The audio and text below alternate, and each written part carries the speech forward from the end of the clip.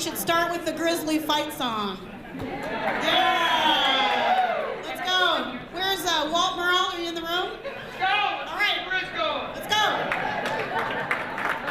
I don't know if you know, but you gotta stand up when you sing the Grizzly fight song. Bobcats can go out in the hall.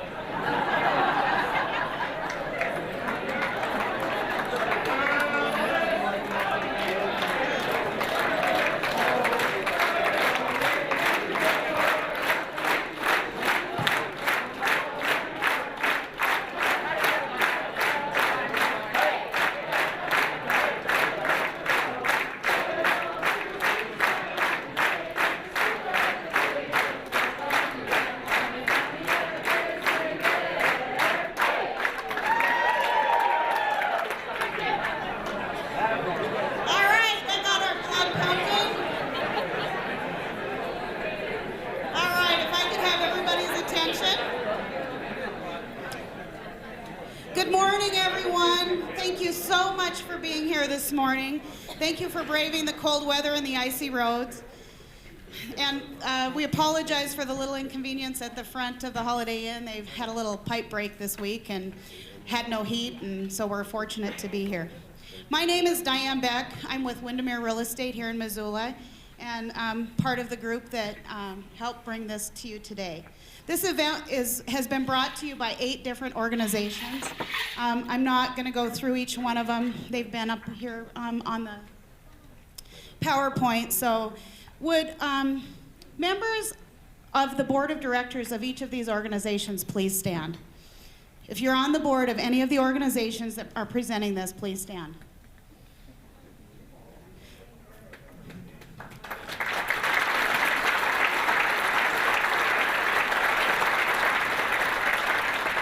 Thank you all so much for your leadership. It took all of about 3 days to have 100% approval of the members of these organizations to host this seminar for you today. We have 3 major sponsors. First of all, I'd like to thank the Holiday Inn for providing the space to us this morning.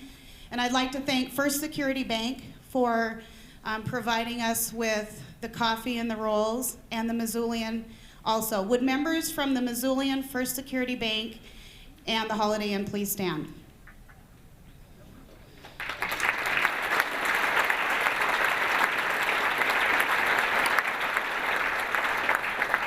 Thank you all. Due to their financial support and in kind, we have been able to provide this to you today at no charge. And with that, we'll get into our seminar. Dr. Larry Swanson is the director of the O'Connor Center for the Rocky Mountain West, and he's head of the Regional Economy Program.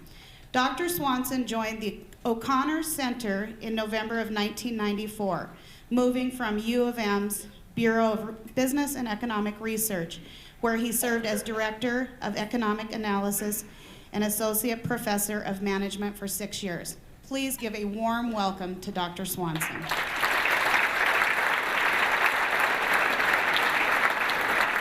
Working? Yeah, it's working. I got electrical stuff all over my body here, and pretty soon it'll start going off. But we did a program similar to this in Billings yesterday, and similar kind of audience. We had about 320 people in it, and they also were turning people away. What there is there's just a lot of anxiety in the air about what's happening economically. And I mean, all you've got to do is turn on the news. I usually turn on CNBC about 6 a.m. every morning and get scared to death. That's how I start my day. But what I've been doing, and this is my job, is to kind of track along what's happening in the economy, but really kind of peel the onion down and look at what's not only happening in the national economy, but how that's playing out more locally and in places like Missoula and Montana. So I've kind of put together as recent of information and data as there is to kind of see how this is working. But also a part of this is kind of looking at, well, how were we positioned going into this? If you're going into an economic slowdown and you're in an area that's got 8 to 10% unemployment before you start, like many areas of the country had. Michigan, for example, they've been at 8 to 9% unemployment for the last couple of years. So going into a recession where nationally we could go to 8 to 9% unemployment, that's not a good place to start. However, just going into this thing, we had the tightest labor markets probably in our history. In Montana, Missoula, the larger Rocky Mountain region, because of the fast growth in our economy over the last decade and a half, we could not have been better positioned going into this. So we need to take stock of kind of the glide path we were on and the momentum we had going into this, because literally the national recession started in December of last year. It certainly didn't start here in December of last year. And when you look at the actual numbers of economic activity in our state and region, what you find is it's getting here later. The impact is less deep than nationally. The expectation would be that if we're in a 2-year national recession, or maybe let's say 2.5 years, because the situation is pretty screwed up, how long is that going to happen here, and how deep is it going to get? So we're going to kind of look at the best numbers that we can put together to look at questions like this and kind of trace through it. So what I'm going to do is, and when we get done today, we'll put the PowerPoint on a website, and then we'll link it to the various organizations that have sponsored this. And again, we're just trying to track this thing as best we can, look at how it's working. But I put a lot of information in front of people, work through it pretty fast, and I have a lot of confidence in people's ability to sort of look at charts and understand them. A lot of people in marketing and communications, they'll look at the charts that I do and they say they're way too dense. Take out that information, just bullet points. Well, most people, what I find is they can work with this stuff, and particularly if we put it up on a website after the fact, and anybody that wants to look at it more can do that. So that's what we'll plan to do. But this economic slowdown, income growth is slumping, employment is falling, precipitated by troubles in the U.S. housing market. A lot of this really does trace back to that housing bubble that supposedly burst, and it did burst in some areas. One of the things I want to look at is just the geographic concentration of the problem. What you find is, and I'm kind of jumping here, is you find that about 4 states account for about 80% of the slowdown in construction that is occurring, tied back against the problems that we're having in housing. But we're all taking this situation as bad as it is in some areas and projecting it back onto our own situation. And so that becomes sort of economically damaging. In other words, if there are real causes of an economic slowdown occurring nationally and in certain parts of the country, and we make that storyline our storyline, psychologically, we can by ourselves slow our economy down significantly. And much of what is happening right now in terms of the slowdown we're seeing in the Missoula area economy in western Montana is as a result of that. It's psychological. We don't have the root fundamental causes of this underlying economic recession here. So let's work through that a little bit.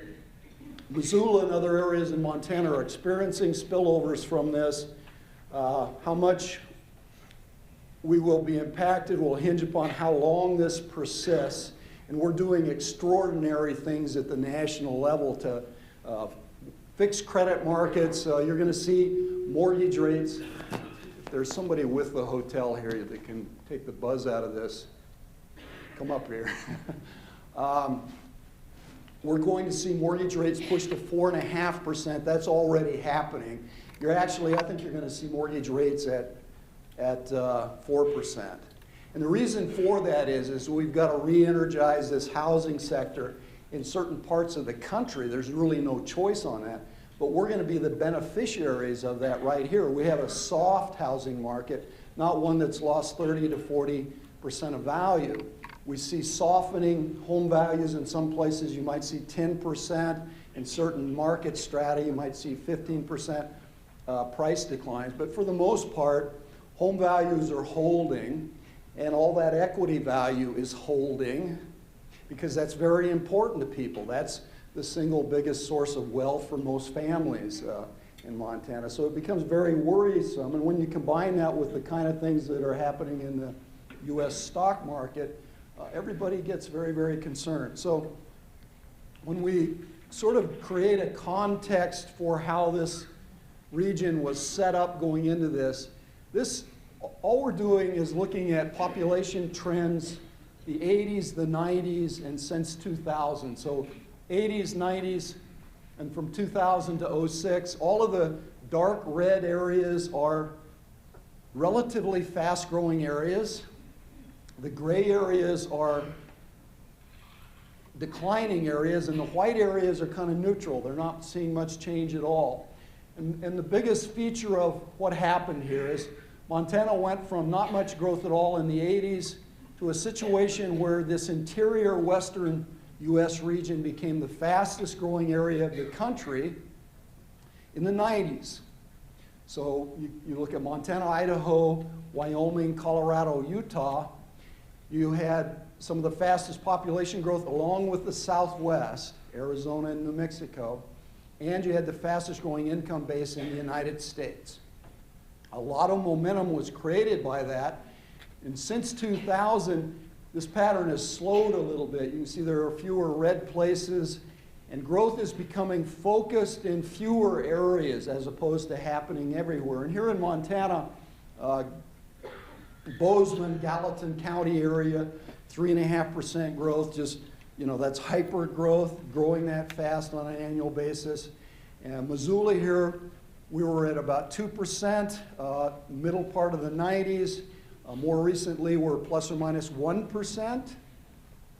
Now, the numbers get thrown around. These are county-wide numbers, so we stick with the same boundaries. Missoula itself can grow faster than that simply by more people moving into the city, but also the city extending its borders out. So we, county-wide, have slowed to about plus or minus 1% a year.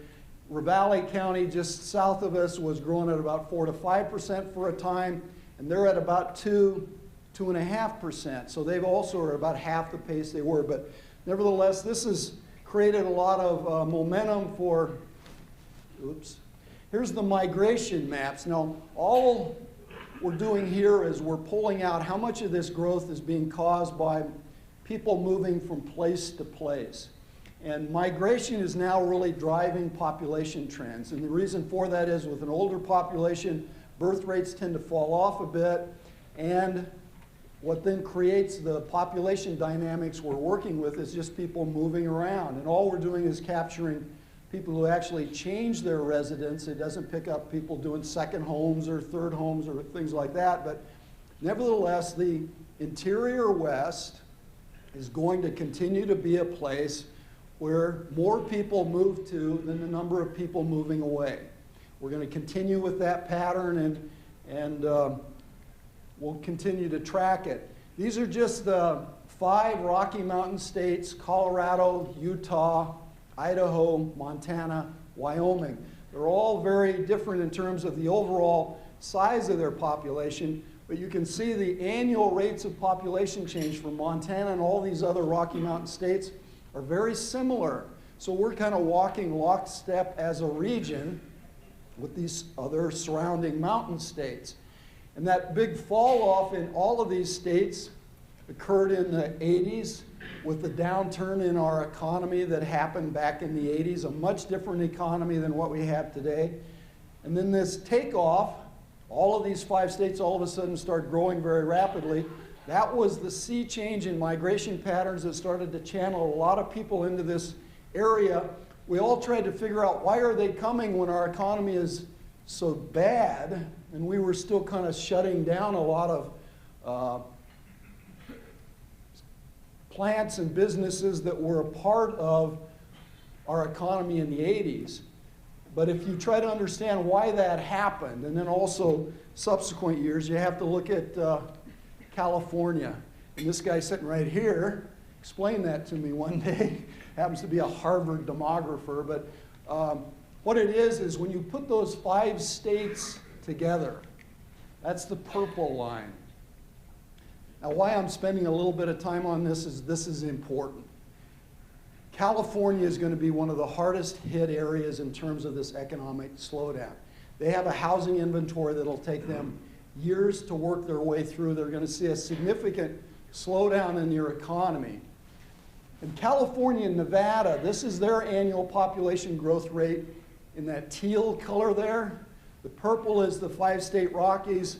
When the 5-state Rockies were plunging, what was happening in California and Nevada? Well, that was a good economy, growing well. And then all of a sudden, California economy went soft. Early 90s, about a 4 or 5 year period, population fell off. And what that did was it triggered a in-migration into the interior west area. California was the big magnet.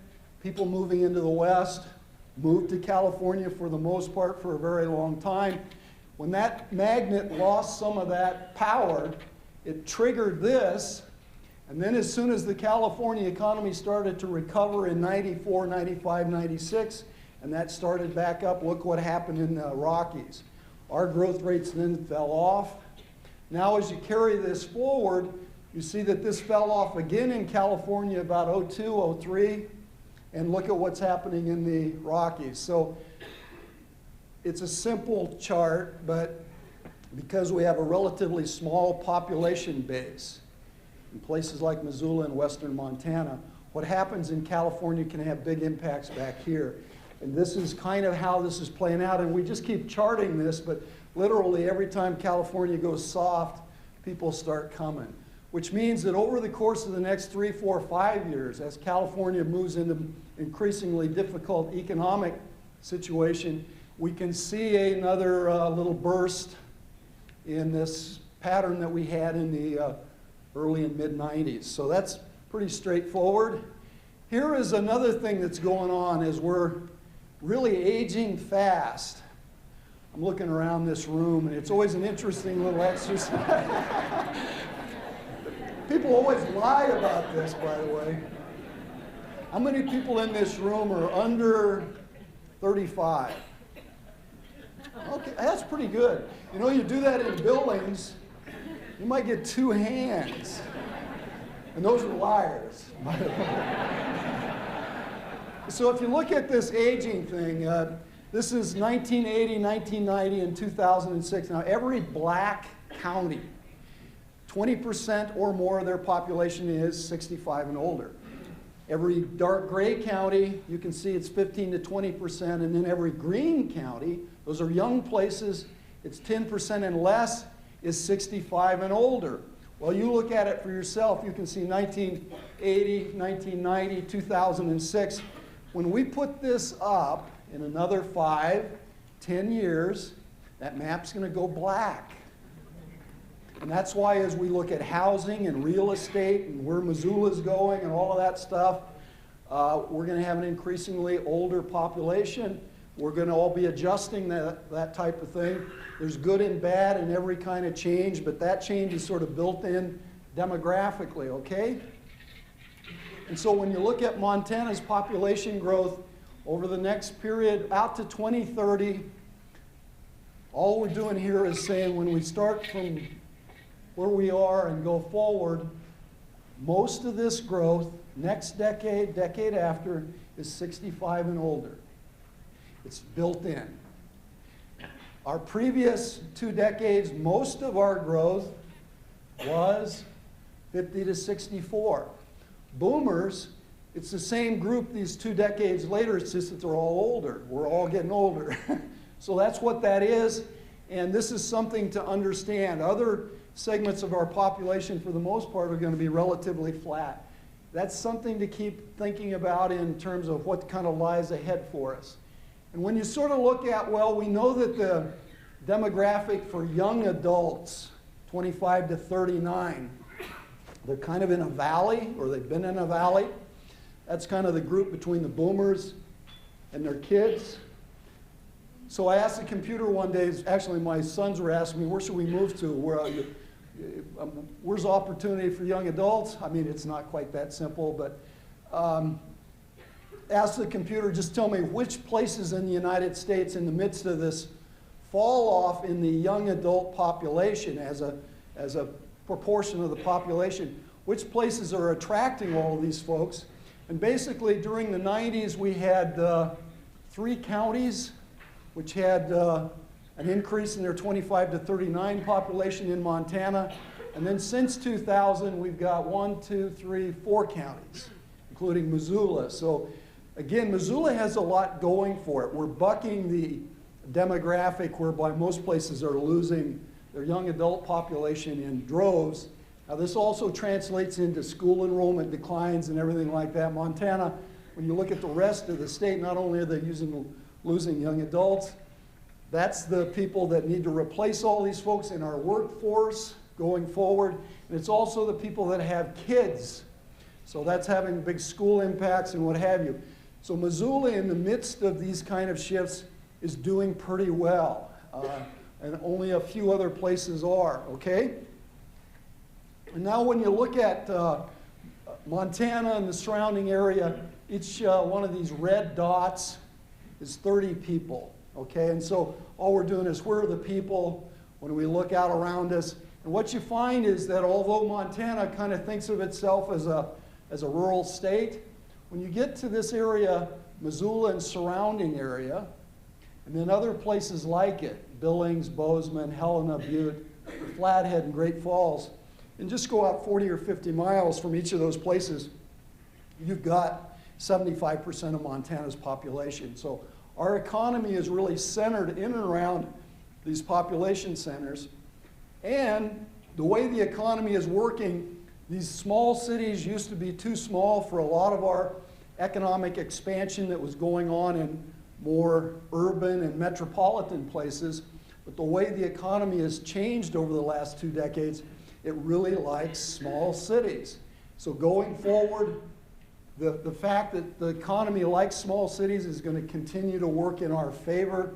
The pattern that we've seen over the last decade and a half where people are increasingly moving into these places, and a lot of your small cities are growing faster than the big cities, is going to continue to work for us. Now we're going to have to plan for that deal with that, but nevertheless it's something that's going for us. And then when you look at a place like Montana and you kind of break it up into meaningful subregions, and these are all color-coded, and this northwest area, you've got the area around Missoula and then the Flathead Valley up there. When you look at how Montana's population is changing over time, the Missoula and 5-county area around it are now moving past the Billings and a 10-county area in terms of our overall population base. So we're growing faster, our surrounding areas are growing faster, and these are the sort of, as you go from place to place in Montana, what those population dynamics look like. But this is Missoula, this is Billings, this is Great Falls. Great Falls is flatlining, and you know, you go to Great Falls and you can tell it. It's just a different sort of place. You can see then right below Great Falls is Bozeman and Kalispell. They're shooting up, they'll pass Cascade in just a couple more years or a few more years. So this is how the state is changing. Those lower lines are then most of the eastern part of the state. And so these are the dynamics working for us. You pull back down then and you say, okay, let's look at this closely. Well, Missoula in this period since 2000 has actually turned white, the county, which means our growth has slowed to the point we've become a little neutral, but it's just below that threshold for the red area, and we use the same proportions on building these for each point in time. So this is that slowing of growth that's occurring in the region and also a focusing of growth. This is Missoula and Ravalli counties. If you look at overall population of the two areas going back to '69, you can see that these population bases are building steadily over time. And then down below, all I've done is taken 5-year periods and look at, well, how many more people did we add 5 years at a time going over this period? And you can see that in that early 90s period, we added the most. You can see what happened to us in the 80s, and then you can see what's happened to us more recently. Now, as we take this forward, my suspicion is that that red bar is going to pop back up. Now, why is that going to happen? The California phenomena. I mean, it's going to be a situation where they go soft and we look better and better. And the only thing different between now and then is that they could get out of their houses last time. Okay, and you guys are experiencing that right now, that people who maybe want to move to another area can't get out of the house that they're in, so that's going to lock up a little bit of this. This is per capita income levels in Missoula and Ravalli counties over time. While we like to think we're poor as hell, and we all like to wallow in our misery, we're steadily adding in inflation-adjusted terms to the income base of the area. And we've made significant progress. And again, we need to take stock of progress. We can ignore it or we can recognize it, but we are making some progress in some of these areas, and you can see how that has worked over time. If we pull down again and look at Montana, now why am I doing this? Because in trying to figure out Missoula, we sort of need to look at Montana, and a lot of the more current data for understanding the slowdown that's going on, we got to go into some state level numbers before we boil those down to local areas. So if we look at Montana, and sort of divide it up into meaningful places, and all of these dark counties are regional centers, and the blue ones are a little bit bigger than the green ones, and the green ones are a little bit bigger than the yellow ones. And then the light colored counties are just the nearby counties of these various places. And if we think of these 7 counties as the regional centers, and then the surrounding areas is closely linked to those, which is really how our economies work. And then these gray areas are the more isolated and rural areas of the state. This is how population growth is happening. So when we look at these population numbers and we look at state level stuff and we see how Montana is growing, the next thing we need to do is, well, how is that actually happening inside Montana? And what this chart does is it puts all of the urban counties, those 7 ones to the left. Next to those are the closely linked counties, and then to the right are all the isolated rural counties. So one of the things we need to understand is how urban we are becoming. So the state between 96 and 06 grew by over 60,000 people, but the 7 regional centers grew by over 61,000 people. So this is an urbanization process occurring within Montana itself, but it's spurring a lot of the economic change that we see, and it's changing us economically, and it's something to recognize. Now, if we look around the country and we say, well, where is income growing and where is income not growing? This is just like looking at population. Here we take total personal income, and we simply look at different periods in time, adjust it for inflation, which areas had income growth in real terms, or all of the green places, which areas had very little real income change, or the white places, and the places with declining income bases are actually in gray. So if you look at something like this, you can see how bad the 80s were for us.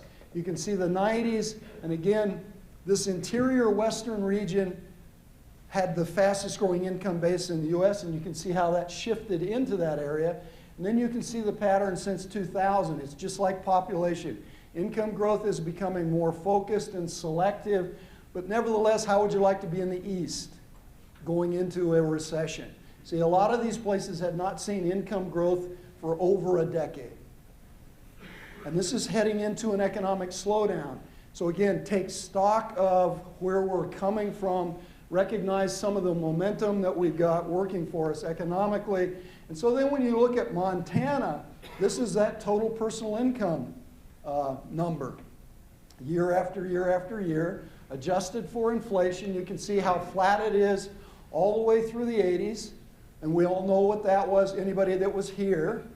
And then you can see that basically just took off through the 90s up to the latest available information. And you can also see that when we take this down to 5-year periods, each successive 5-year period, we're adding more to that income base than the previous 5-year period, again adjusted for inflation. This is aggressive income growth. We need to understand that. Now, this is also what we had going into the slowdown. Now, if we look, well, how does this compare to other states? Just the last 10 years adjusted for inflation, Nevada's at the top, and I've got this color-coded. I mean, I know these charts are dense, but we can all see colors. And every purple bar there is a Rocky Mountain state, and Montana is always in red.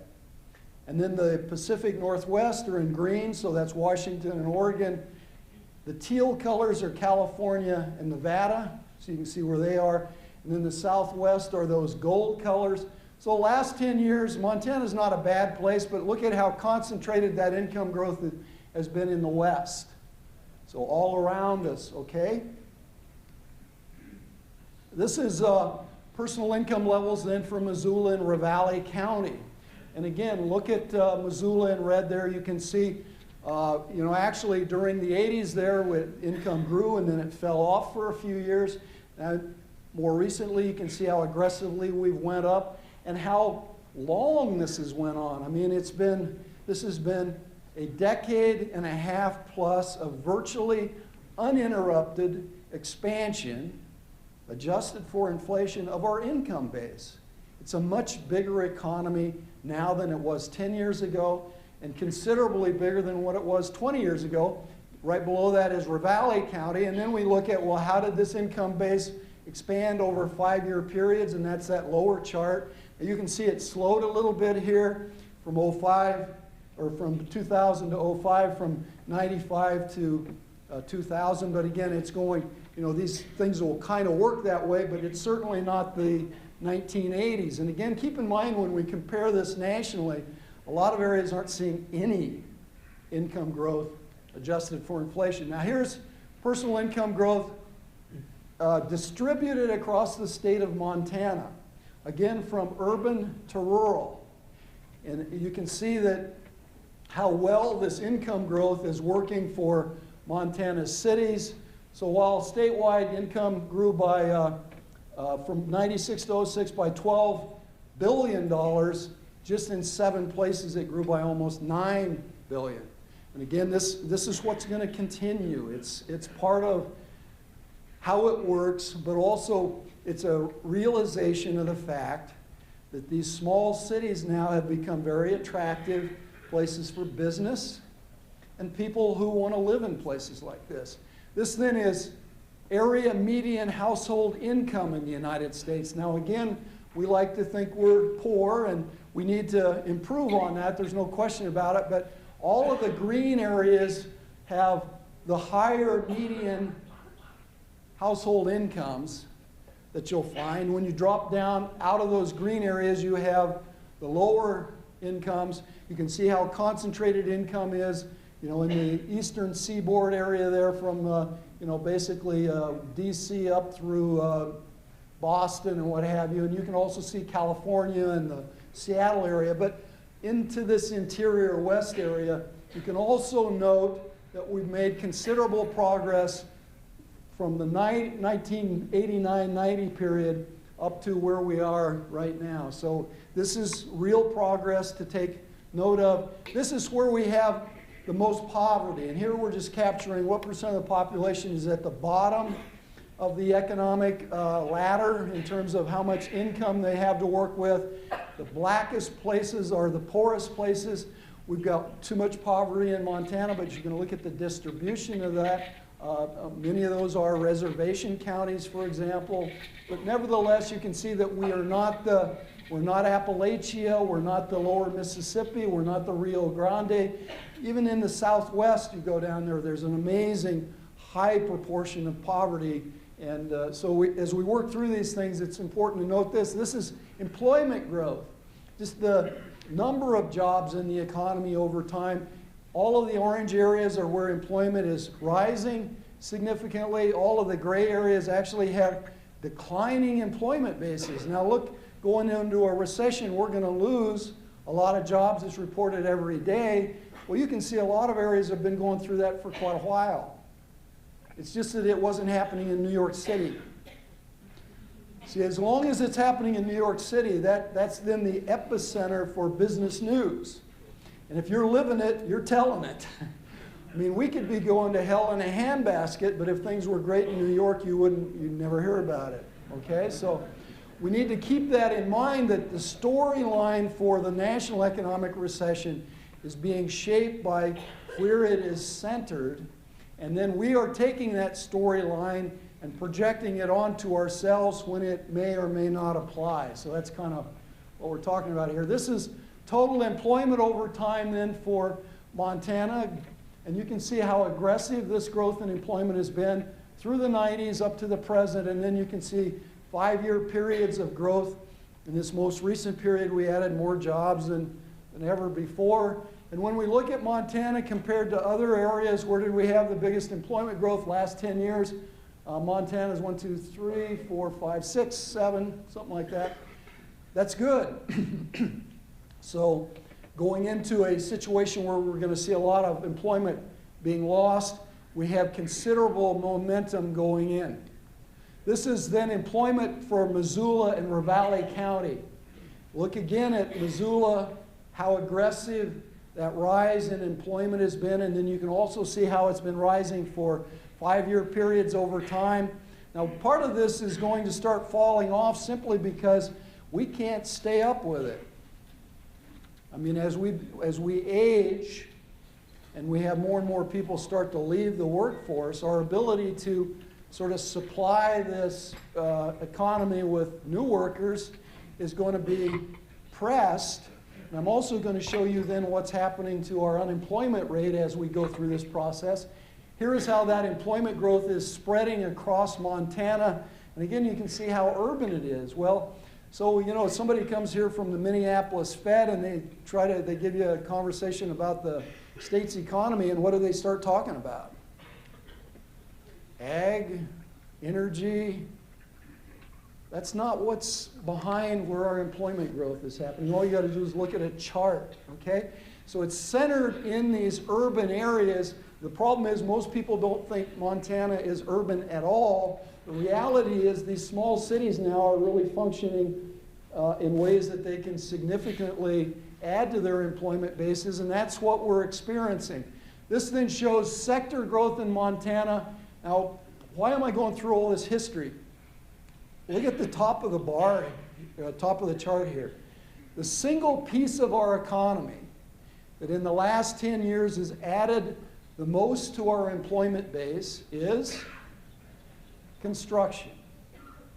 And right behind that is healthcare, professional and technical services. There's an other service category. All the blue bars in this are some part of the service economy. All of the red ones are more growth-dependent parts of our economy. So construction is up there, and then real estate, and then the finance and insurance. This current recession is playing out through housing, construction, real estate, and financial institutions. So if we combine all that together, we realize that that's been a big part of what we've been doing here for the last 10 years. This is when we look not at the number of jobs that have been created, but how much income has been paid to the people in those jobs. Here, healthcare is at the top, followed by construction, professional and technical services, and then real estate. So that means construction and real estate, if you were to add them together, and they're the ones that are going to be most hit in this whole thing. This is just, here's the raw numbers. We put them on a chart, and you can see from 1990 out to 2006, all of these pieces of the economy, that's what their patterns of growth have been. You can see how prominent healthcare is at the top of that. This is more recently just for Missoula, and this is from 01 through 06. That's the latest numbers on these, what they're called NAICS codes for how we break down industry data. Missoula is one of the largest healthcare centers in the United States for the size of the city that we're talking about here. In other words, if you look across the United States, similar sized cities, we have one of the largest healthcare sectors of any of those communities. Down below this then is retail trade, and you can see what the other ones are. But if we start then looking at where the growth is in Missoula, it's healthcare, state government, which includes the university. The university's seen a tremendous amount of expansion. Professional and technical services. This professional and technical services area is the single fastest growing piece of that larger Rockies, which has the fastest growing income base of the United States. And then you can see construction in this, finance and insurance on down here. Now real estate is all the way down at the bottom here. We're looking at 2001 through 06, and the reason for that is real estate earnings in Missoula actually sort of almost peaked in 01, 02, 03, and it's been flat since then. That doesn't mean that people are losing money. It meant that we rose to a very high level, and then it plateaued. So then when we do something like this, it didn't grow a lot, but it's still a big part of our economy. This is a longer history going back to 1970 out to 2000. That blue line is all of the growth that's occurring in services, and you can see how aggressive that is. This is the same chart for the larger Rockies. Now, why do I do this? Because when we look at something like this in Missoula, we think this is really bad, because it's a service economy, and a service economy is bad. This is the growth in the Rockies. The service economy is where most of the growth is, has the fastest growing income base in the U.S. See, we got it all wrong. See, we have to figure this stuff out as we go forward, but this is how then labor force and employment are changing in Montana. Now, throughout this large expansion we went through, this blue line is just month-to-month labor force. All these monthly Bureau of Labor Statistics number, how many people in the Montana labor force. The lines behind it is how many of those folks were employed, and the gap between the two is how many people were unemployed, which is right down here. I've just isolated. Well, you can see how this economy has taken us from 418,000 people in the workforce in the early 90s to 515,000, so it's expanded by 100,000 folks.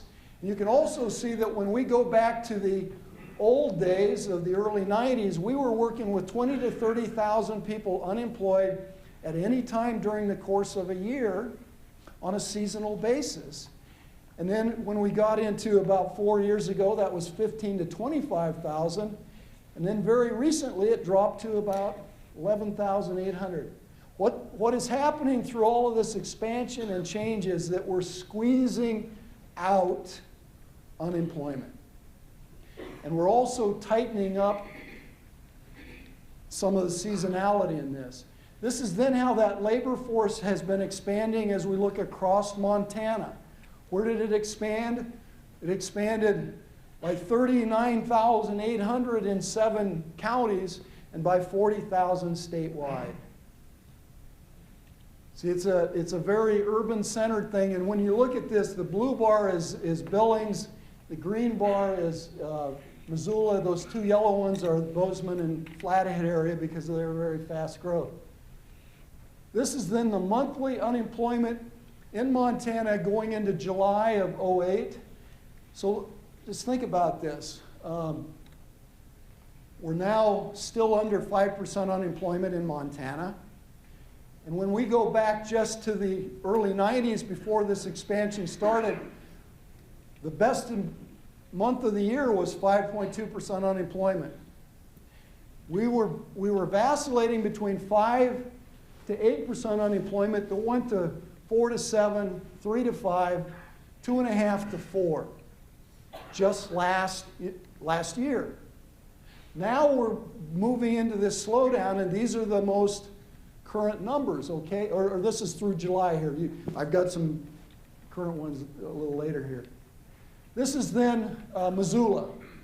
So all of this labor force expansion, all of this employment expansion led to a situation where we used to have 2 to 4,500 people unemployed, 17 to 28, 15 to 25, 14 to 24. Ratcheting down how many people are unemployed as we continue to expand our labor force. And that's why all of this attention is now being given to workforce. See, once you start squeezing that labor force down, how are you going to get more and more out of it? It's workforce development. So that's centerpiece for what Missoula is going to be looking at. And then this is Missoula's unemployment rate when we go through July. And you can see we used to go from 4.6 to 10.2. Now, some of the places in the United States will see 10 plus unemployment. We've done that. Been there, done that. And people didn't jump off buildings. It used to be kind of how things worked. Then we went to 3.4 to 5.6, 3.1 to 5.2, 2.2 to 4.0. This is this ratcheting down and tightening of the labor force. Now, let's put this into context. We look across the United States from the period from October of 06 to September of 07. Every one of these dark counties had the highest unemployment, the darkest one's 10% or more. Now this is before the recession started. And all of the light counties have the lowest unemployment. So just look at a chart like that. And then we put up, okay, now a year later. So how is this working? Well, unemployment's rising. But how would you like to be in the concentrated areas of unemployment? And then what's the story going to be nationally? And how is our area standing up to these changes? Very well. Very well, thank you. And it's because it's where you start. So in other words, the dire economic circumstances that many areas are in, and that storyline will continue throughout the entire next year. This slowdown is going to lay people off all through the year. In our area, we're simply going to have to see, well, how is this going to play out? And so far, it's basically like this. And when we sort of stack up states by unemployment rates, August of 2008. Now, why do I pull up August of 08? For us, we really started getting really concerned about all of this in September as companies are going broke and all this bailout is being talked about for these financial institutions. We had a slow summer and a slow spring in a lot of the sectors of our economy. August tends to be one of our lowest unemployment times of the year. So when you go to August of 08, the very lowest unemployment rates in the country are, these yellow bars are the northern plains, South Dakota, North Dakota, Nebraska. You can see the Rocky Mountain states, and you can see Montana. Now, if I'm going into a recession, where do I want to be? You better feel pretty good about where you're at, rather than thinking this is as bad as it gets. We always tend to turn these stories into worst-case scenarios, and that can also tend to be a little self-fulfilling. I've been out to the mall here lately, and I was out there, I don't know, 5 nights ago, walking around and just getting, thinking about some things. And as you talk to store clerks, I mean, I'm going to almost say there's nobody there, because compared to what you ordinarily see, there's nobody there. And I'd ask these clerks, is this like this every night? And these clerks are saying, yeah, this has pretty much been what we've been looking at here. See, in other words, we're taking what's happening and we're hunkering down. And there's nothing wrong with that. I mean, when there's a lot of pain being inflicted, it's best to get your head down and kind of hunker down. And the way businesses survive is they cut costs, and the way consumers survive is they cut expenditures. But you can also kind of shut yourself down economically. And that's how it's kind of working in many areas where the underlying causes and fundamental of the economic slowdown really aren't present nearly to the same degree that they are somewhere else. Now look at California in this chart. And see, look at all of this. Michigan, California's down there, most of these eastern areas. And again, we see this area up here that's reflected in that map that we have. This is when we combine some of the sectors of the economy into segments. And you can see that over time, let's pull out construction and real estate.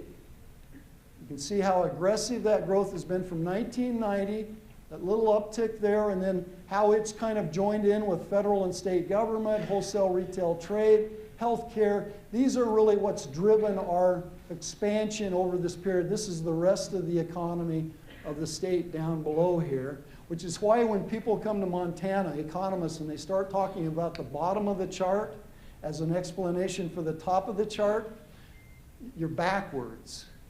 You know, you got to focus on where the growth is to understand what the economy is. Now, here's the thing to keep in mind is that when we combine construction and real estate together, they have generated into the income base of Montana more income than any other segment of the economy. When we combine all of professional and business services, that's huge. Healthcare, federal, state government, you can see what they are. Now, if this current slowdown becomes centered and is centered in real estate and results in a contraction in construction, which everybody here in construction knows is happening, how is that going to play out here? These are the areas of the country which have had the biggest increases in housing units. Here we're just kind of working through the numbers. We looked at people, we've looked at dollars, now we're looking at houses. And all of these red areas are just places that significantly added to the number of housing units in the 80s, the 90s, and again, you can see the interior west. Some people call this third coast, first coast Atlantic, second coast Pacific, third coast Rockies. And the Rockies, the third coast, is really where a lot of the growth is being centered and will be centered over the next couple of decades. It's kind of, you can chart it, but you can also see that it's slowed down considerably. And so going into this housing bubble, just look at Montana. We slowed down an awful lot in terms of just how many housing units we were adding to the market. That's prudent. That's what you would have wanted to have happened retrospectively. All the areas that rushed into this housing bubble are where you can expect they shot past the market and they may be faced with inventories of housing and foreclosures. So let's see how that works. Here's construction and real estate then for the entire country. This is how much goes out to people who work in construction and real estate across the United States. And you can see we've been on this long ride and a construction boom in the United States for a very long period of time. But when did it peak? When it peaked was the first quarter of '06. I mean, this is ancient history. In other words, the construction fall-off, tied largely back against what was happening in housing, started clear back in the first quarter, second quarter of '06. And the lower chart is just quarter-to-quarter change in this. The blue bar is real estate earnings. Most of that's real estate transactions, commissions, and all of that stuff. And see, it plateaued probably back here in '05. It's just kind of been sailing along like that. Here's Montana.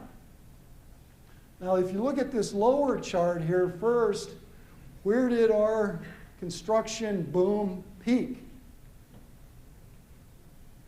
We actually continued to increase through the second quarter of '07. Okay, we're 1 year, 1 quarter behind the national construction slowdown. Why are we a year and a quarter behind the rest of the country?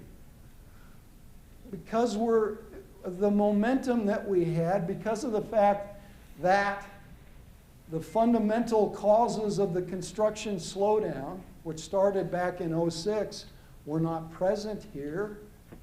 And our construction slowdown then is coming later.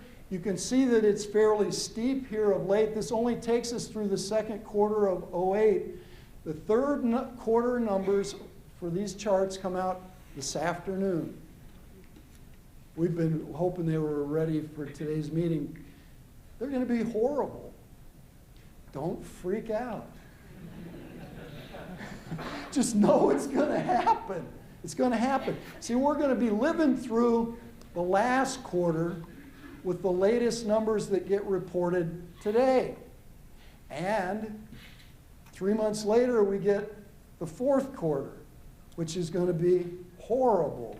But we're going to be getting those numbers after the first quarter of next year, which is where we're going to see a lot of this stuff begin to turn around.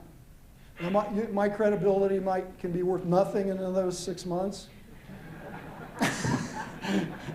But I'll just throw it out there anyway. Some people are seeing the bottom come together in in the housing. It may be about 6 months out nationally, but if it's 6 months out nationally, where the bottom begins to materialize, let's say it's a year out, where does that happen in Montana? See, we got into this a year and a quarter late. It's not as deep here. See, we can come out way before that, particularly with 4.5% or 4% mortgage rates. I mean, you see, the logic of it is that we're taking the worst case numbers, projecting them to ourselves. We're getting pulled into this thing late, but we're getting pulled into this thing late mainly because if you talk, and we'll have a panel up here in a little bit, buyers are waiting, and buyers are sort of watching the news and saying, where's that 20 and 30% markdown? Not here. Sorry. You can go to Vegas and you can go to Southern California and you can go to Arizona.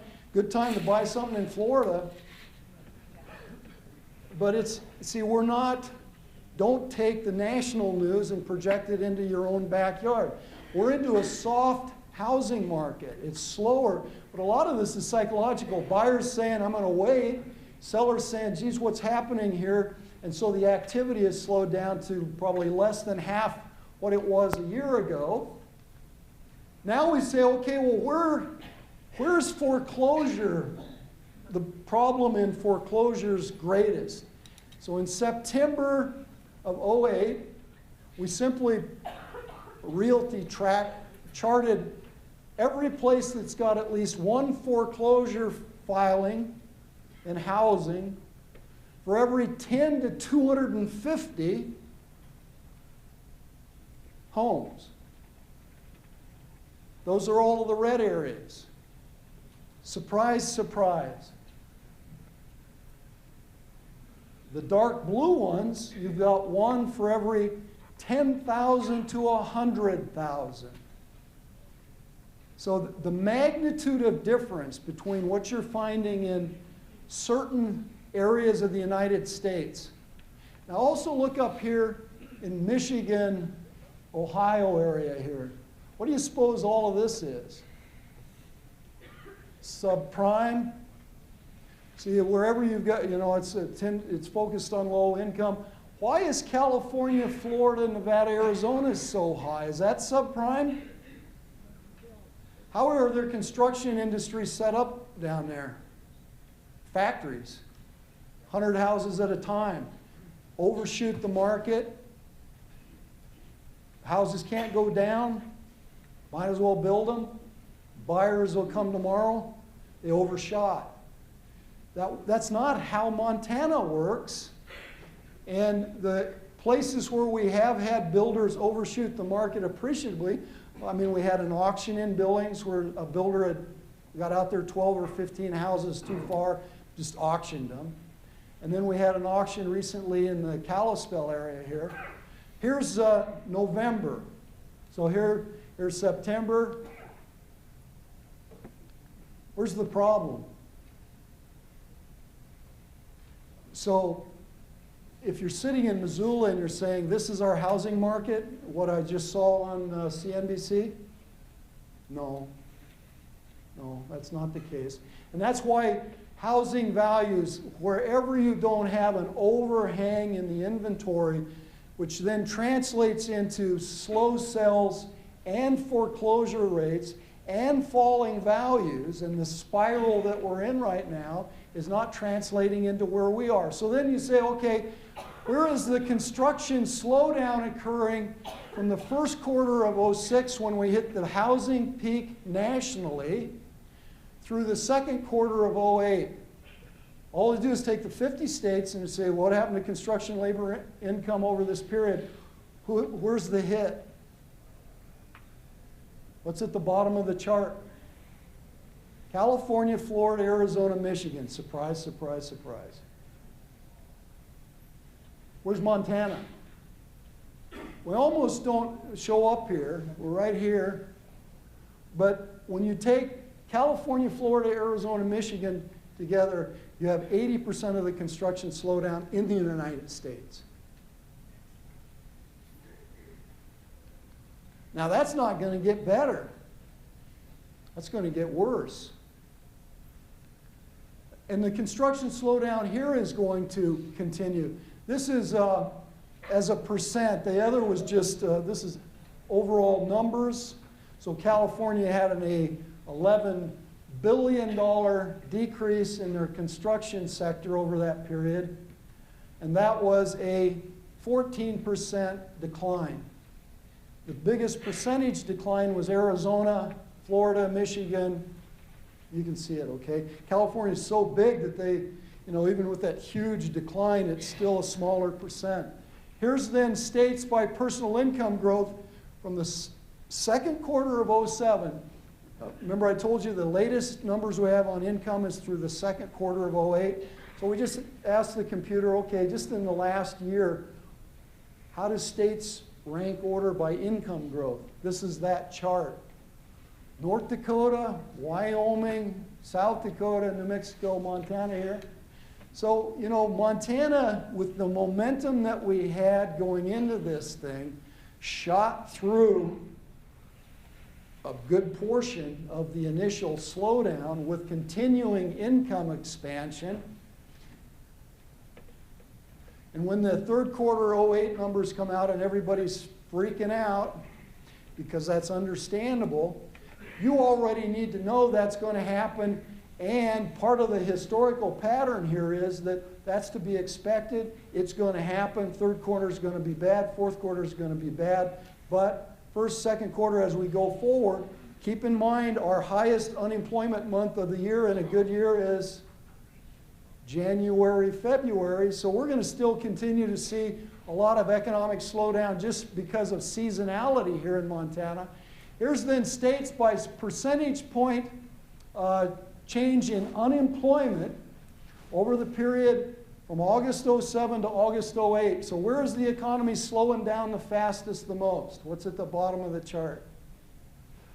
Florida, California, Nevada, Arizona. Okay.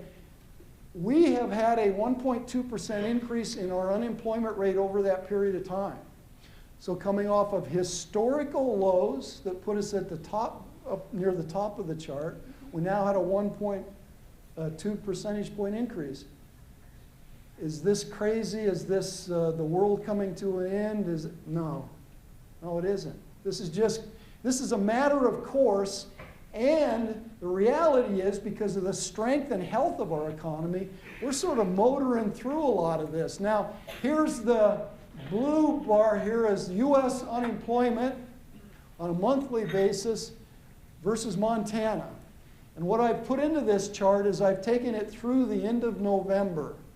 And the November number's not out yet. Now, how did I do that? Just by looking at the pattern, okay? The numbers out for the U.S., and the U.S. has went from 4.8 to 6 to 6.1 to 6.5. Now, where's that going to go? Most economists say it'll be, they were saying 8%, and they were saying 8.5%. Now there's a few people saying 10%. This is just throwing stuff out there. But it'll, somewhere in that general neighborhood, you can expect national unemployment to go. Where is Montana going to be when the number is released for us? And I don't know what, that can come out any day. Well, I'm saying it's going to be 4.6. Why? Is because we're about 2 full percentage points behind what's happening nationally. So in other words, we're a full magnitude below the unemployment situation nationally. When you look back historically at Montana, when did we all of a sudden have lower unemployment than the rest of the country? Just look at the chart. right here. Historically, Montana always had higher unemployment than nationally. Why? Because this is cowboy country and it's crazy. And we're rough and tough and we tumble around in our economy. Well, we've been below national unemployment for all of the last 7 or 8 years here. That happened as a result of all of this expansion that went on through the 90s. And the bottom of this thing pushed us to these 2.4% unemployment rates in our busiest time of the year, which is, this is an August or a September number here. And at 2.4% unemployment, what starts happening to wages and salaries? They got really tight. Wage and salaries in Montana over that last 4 or 5 year period were rising faster than nationally. And for a lot of folks, that's a good thing if you're receiving that. Now look at how this increasing unemployment is now translating into Montana. So we're being pulled into it. There's no question about it. Things are slowing down, but again, we're in a much better position than a lot of areas. This is then states by percentage change in unemployment from the August of 08 to October. Now, why do I have October up here? Because that actually is the latest number that we have. Montana now is looking at a 0.5 percentage point increase in our unemployment, which is among the highest in the country. Now, what's at the bottom of the chart there? Alaska. Why is Alaska having such a huge increase in unemployment over this period? Because it's cold. It's winter. So this is associated with historically when we move into our highest period of unemployment in Montana. There's no question we've got a lot of the slowdown in the economy translating into some of this, but let's just stay grounded in some of the reality of what is happening here. Now, if we take Montana's unemployment rate and take out the seasonality, which is the bumps, that's the red line.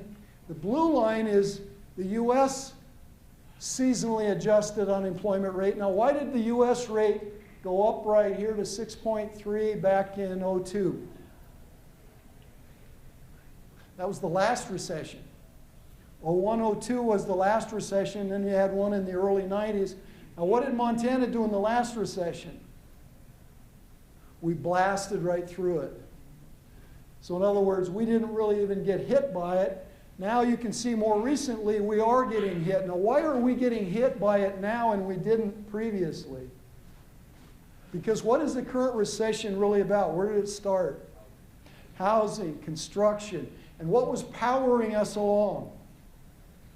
At the top of the list, you saw a lot of construction and real estate. So there is no question that what is happening nationally to create that is also creating a similar pattern here in Montana. The last one was kind of, they called it the dot-com recession or something, and that didn't really affect us at all.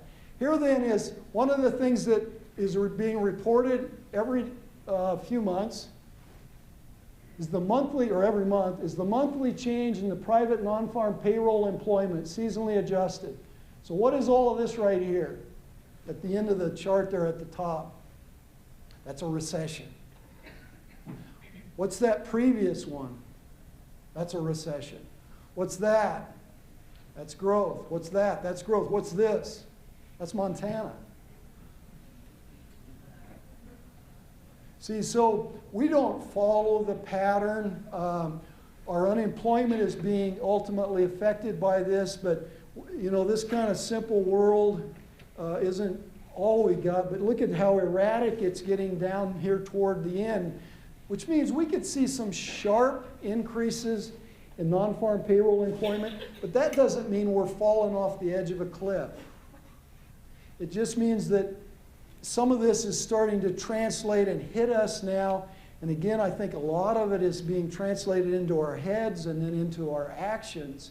And this is actually what non-farm payroll employment in Montana looks like. And this is the up and downs all the way through October. See, that's not an economy that's in decline. We're going to see some adjustments in what's going on here, but for the most part, that pattern is the pattern we're going to return to just as soon as some confidence begins to return on what's being done. The growth momentum in this thing is still there.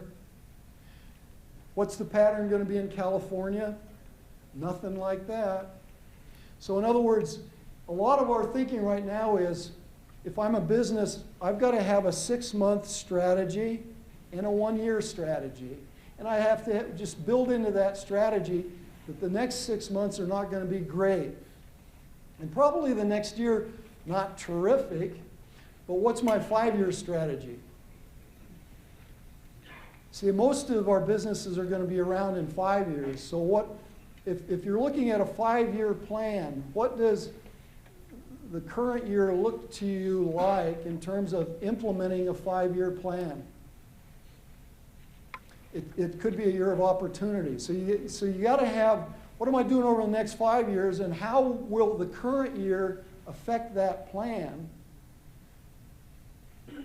Juxtaposed against the plan, how do I get to the other side of this slowdown and recognize that for every crisis there are opportunities.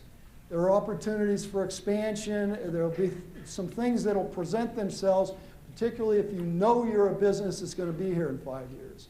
Because we're going to be on the other side of this thing, and you're going to be scratching your head and saying, geez, why didn't I do that, whatever that is. This is non-farm payroll employment change from August of 07 to August of 08. Where is the problem? Bottom of the chart. Rhode Island comes up here, but Arizona, Michigan, Florida, you can see where they are. Nevada, California. There's Montana. See, the engine of our economy is still kind of going along here. And this is Missoula's monthly unemployment then. You can see the highs and lows. We got down to 2.2. At that point, you can run ads for new workers, and you won't always get a response. Now this 2.0 to 2.5 unemployment level down here is where Boise, does anybody get to Boise once in a while? Boise got into a situation where as they were running want ads for jobs, they were starting to have to throw in bonuses for people who would respond to ads who met the qualifications. So in other words, when you start pushing these 2%, 2.5% unemployment rates, you get into a situation where you can't get available workers. 4% nationally is considered full employment. The 2% to 2.5% unemployment will be the norm over the course of the next 10 years, with the exception of the next, whatever it is here. And if you look at whatever it is right here, we're actually at 4.1%, and I'm projecting that the November number will be 4.4%. Well, what's the big deal? We were at 5.2% back in 01, 02.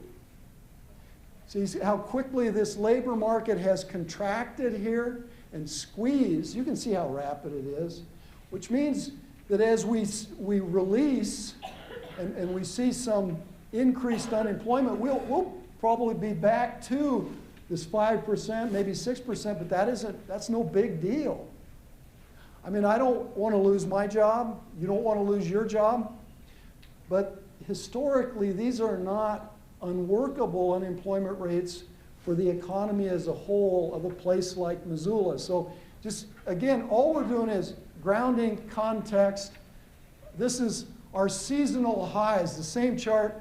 Where do we always see our lowest unemployment? August. Where do we always see our highest unemployment? So when we get into January and February, our 4.4% unemployment rate is going to be, let's just go ahead and give it a number so we don't have to get upset when we see it later.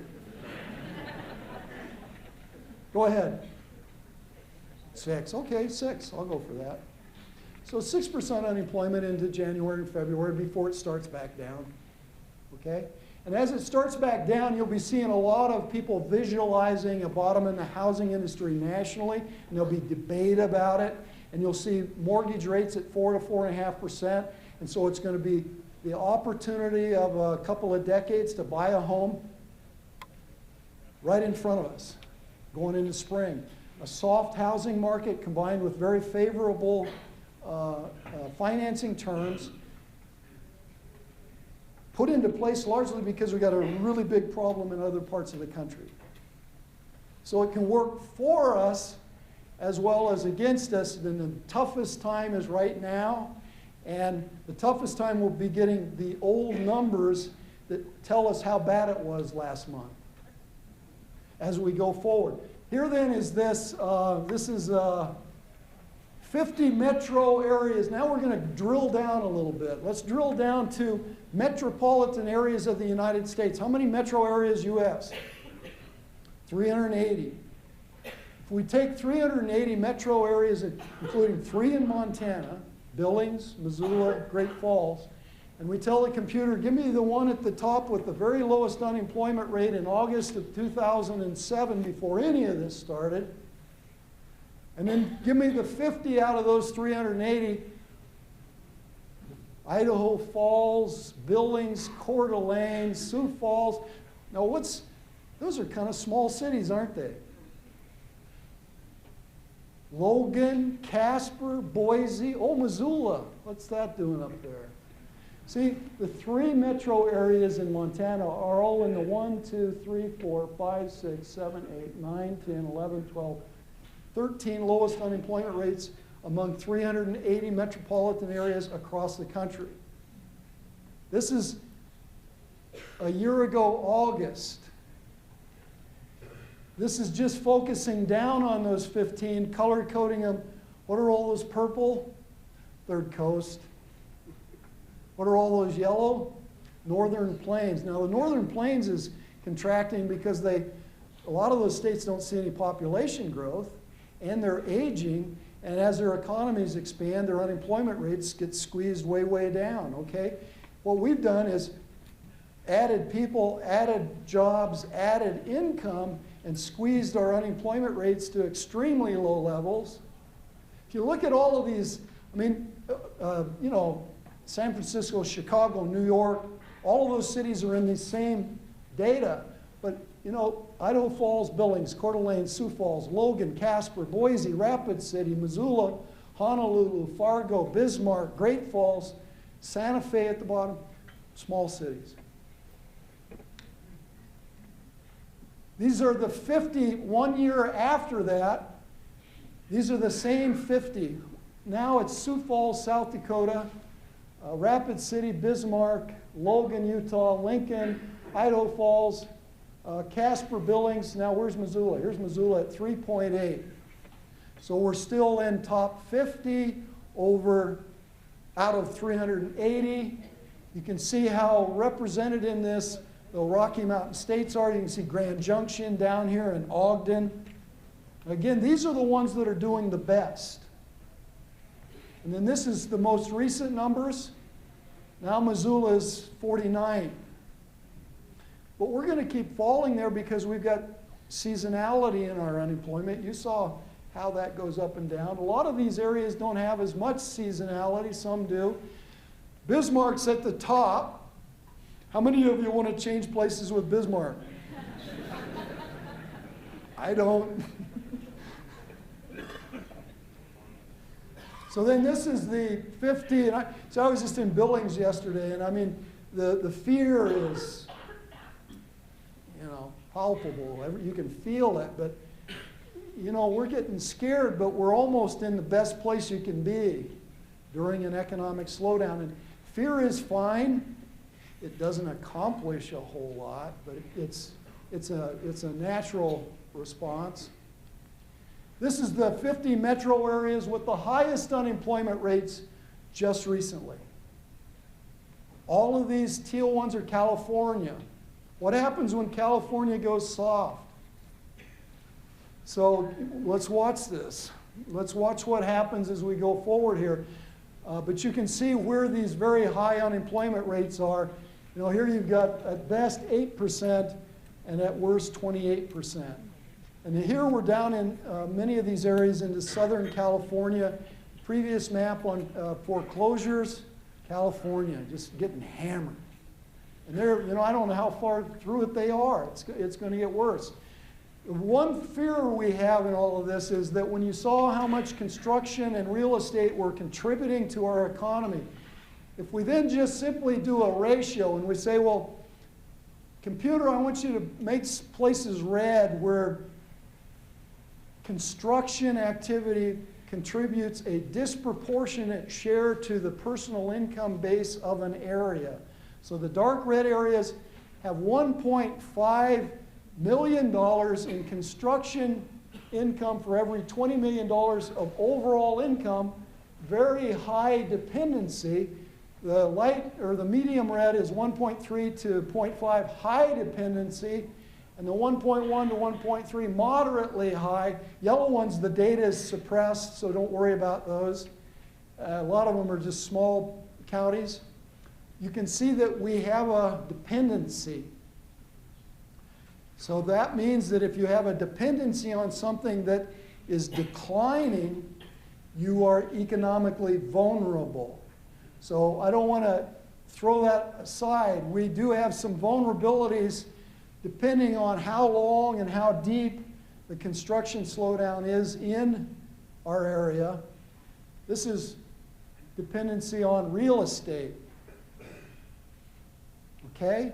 So if you take construction and real estate income together and you look at this Third Coast and western Montana, we've built up a pretty heavy dependency, which means if they really go into a deep decline, we will see some difficult problems.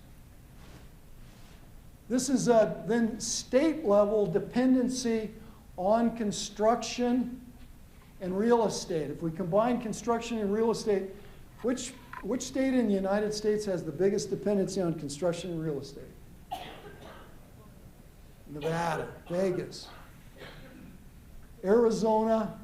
So these two right up here, think about it. Not only are they where the problem is concentrated, they're where the dependency is highest. So horror stories are going to come out of California and Florida. Colorado's not sitting too pretty. Utah's got a bit of a problem, although Utah, they're not being touched by this. Why? They probably didn't do a lot of this stupid lending. And it's not like it's it's not Arizona and Florida in terms of a destination place or something. But Montana is pretty high up here, and you can see we're vulnerable. So here, this is the last chart. Open and wear you out. The national recession actually began a year ago in December, and it will probably extend through 2009. With unemployment nationally rising to 8.5 to 9.5, unemployment in Montana will rise as high as 7 to 8%. The economic slowdown in Montana will be much shorter in duration and shallower in impact. Housing and construction. Housing problems fairly regionally concentrated. Foreclosures, you know where they're concentrated. Same states account for most of the slowdown in construction. Mortgage rates are likely to drop to 4.5% and below. This will help absorb some of the excess housing in particularly depressed areas, but it will re-energize the housing sector in Montana. U.S. equity markets. U.S. stock markets, huge losses. Excessive value is leveraged into equity markets by highly leveraged mortgage-backed securities, which combined with these sloppy lending practices now being lost. In other words, we're going to lose of that peak value in the stock market 20 to 25%. It's evaporating. And this is after we return. In other words, we're now 2 and 3, 4 times below valuations based on earnings, which is why when the bottom is visualized for the U.S. stock market and confidence is restored, it will rebound fairly aggressively. Why? You've got $6 trillion sitting in money market accounts. It's ready to pour back into equities. Why? Because they're now getting nothing. Well, why are they getting nothing? It's better than losing 20 and 30%, okay? So that money, as soon as the bottom is visualized, and I'm going to throw my credibility completely out the window. I said in Billings yesterday, it's dangerous and stupid to try to project the bottom in the U.S. stock market. So here we go.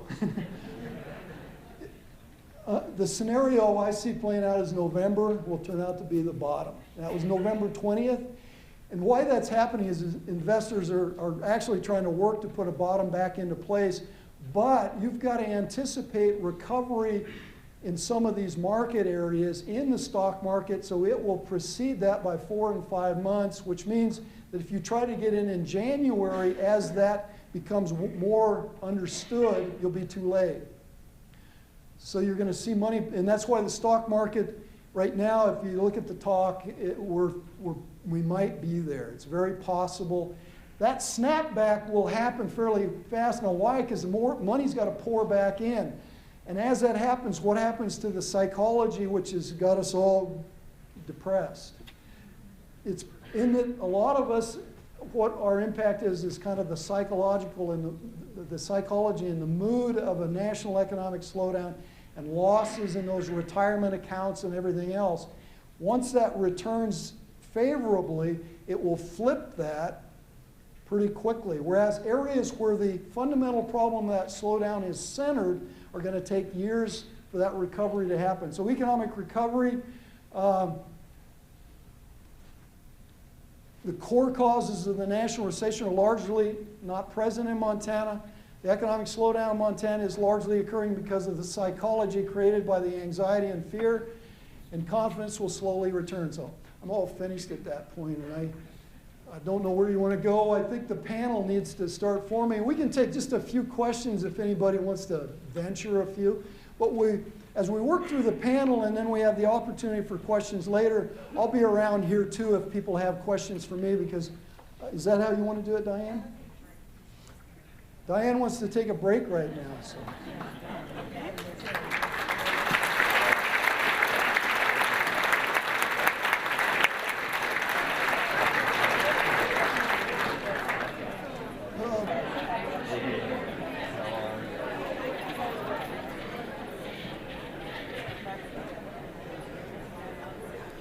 Thank you all for your patience and attendance this morning. We really appreciate you being here to listen to the messages that Dr. Swanson is sharing, and now our panel. On your table are some sign-in sheets if you are so inclined to give us your name and email address. If you want to be notified of future events that our collective efforts may hold, please sign in, and we'll make sure that you're on the list. Also on your table are some index cards. If you have questions that you'd like to ask the panel, we'd like to do it through cards, but also don't be shy. I know there's a microphone here and a microphone there. Sometimes we lose the context of the question, and sometimes we can't read people's writing. So with that, I would like to introduce our panel. Ladies first. I have with us today Lucy Weeder. Lucy is the managing partner of the Best Western Grand Creek Inn. She has been with them since 2001 and has been in the hotel business for over 20 years. Lucy, thank you for being here.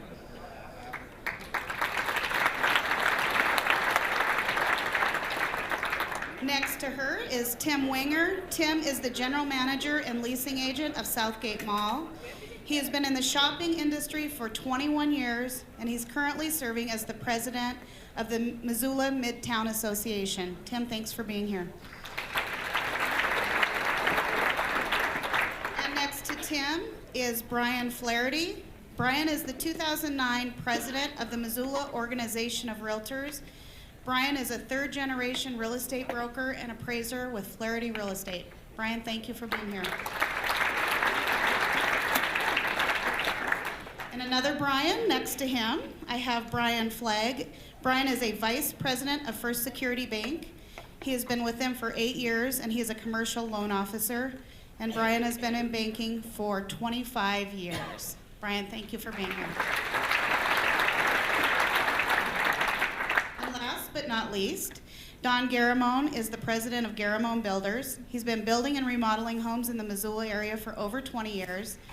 He served as the Missoula Building Industry Association president in 2001 and the president of the Montana Building Association in 2006. Don, thank you for being here. As you can see by our panelists, we've got a lot of experience in the room. And so as they each do their few-minute overview, we'll get into questions and answers after that. And I'm going to ask each one to stand as they start. And I'm going to start with Don at the other end. Tell us all about what's going on in the building industry.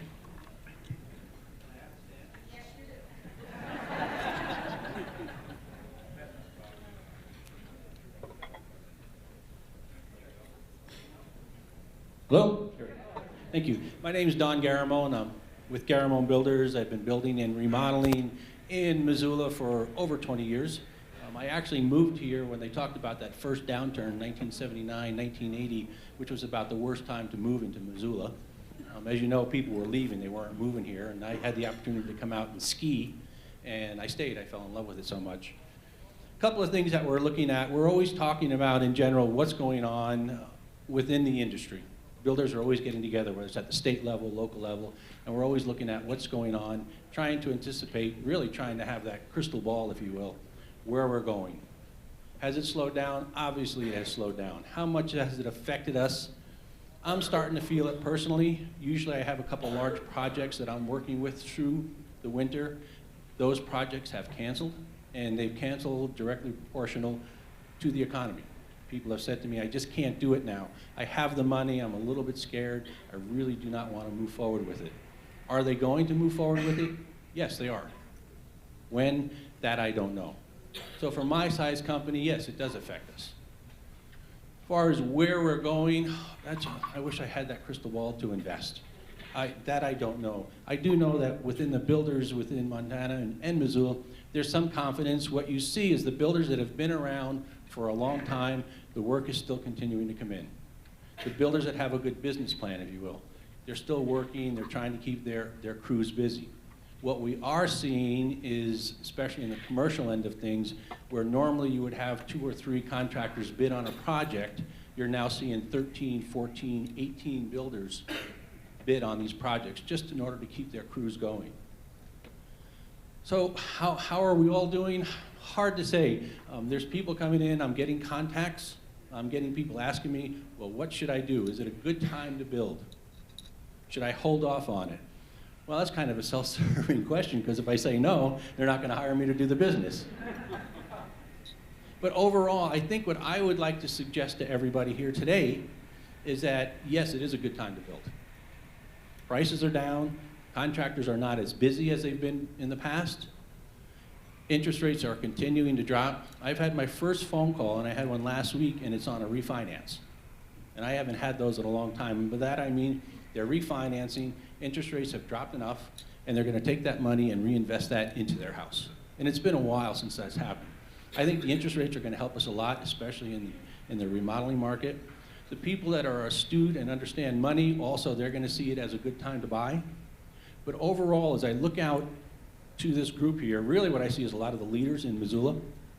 And what I would like, if nothing else, that you take out of this, when people start asking you, well, what do? We're thinking about building, we're thinking about remodeling, we're thinking about buying. I would suggest to you that you tell them it is a good time to buy. It is a good time to remodel. It is a good time to refinance. That change that we need to see in attitude needs to come from the leaders of Missoula. I truly believe that it is a good time.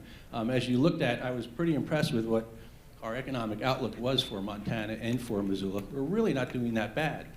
That national media has hurt us, is going to continue to hurt us until we do something as a community about starting to turn that around.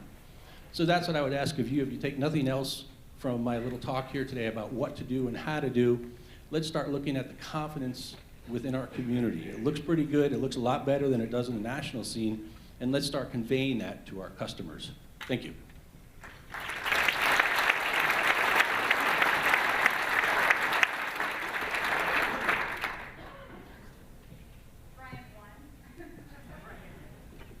I'm Brian Flagg with First Security Bank here in Missoula, and I have been around the community for a long time in the banking and a little bit in the brokerage business.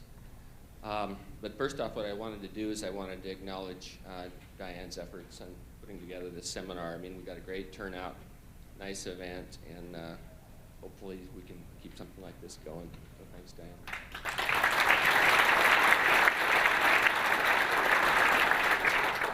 I guess she's got a lot of time to work on these things right now anyway, so.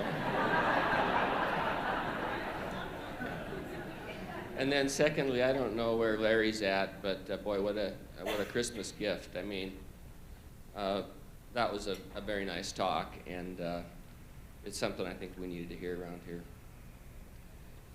With respect to the banking sector, economically, you know, this is kind of an interesting time to be making a talk like this.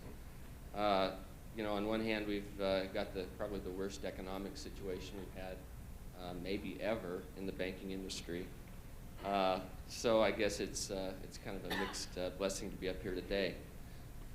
And I just wanted to talk briefly about the national level. I mean, I think there are some real issues out there with respect to the credit crisis or the liquidity crunch or whatever you want to call it. Loans are becoming more tough to come by in certain parts of the country and for certain types of loans in particular. I think there are some valid reasons for that.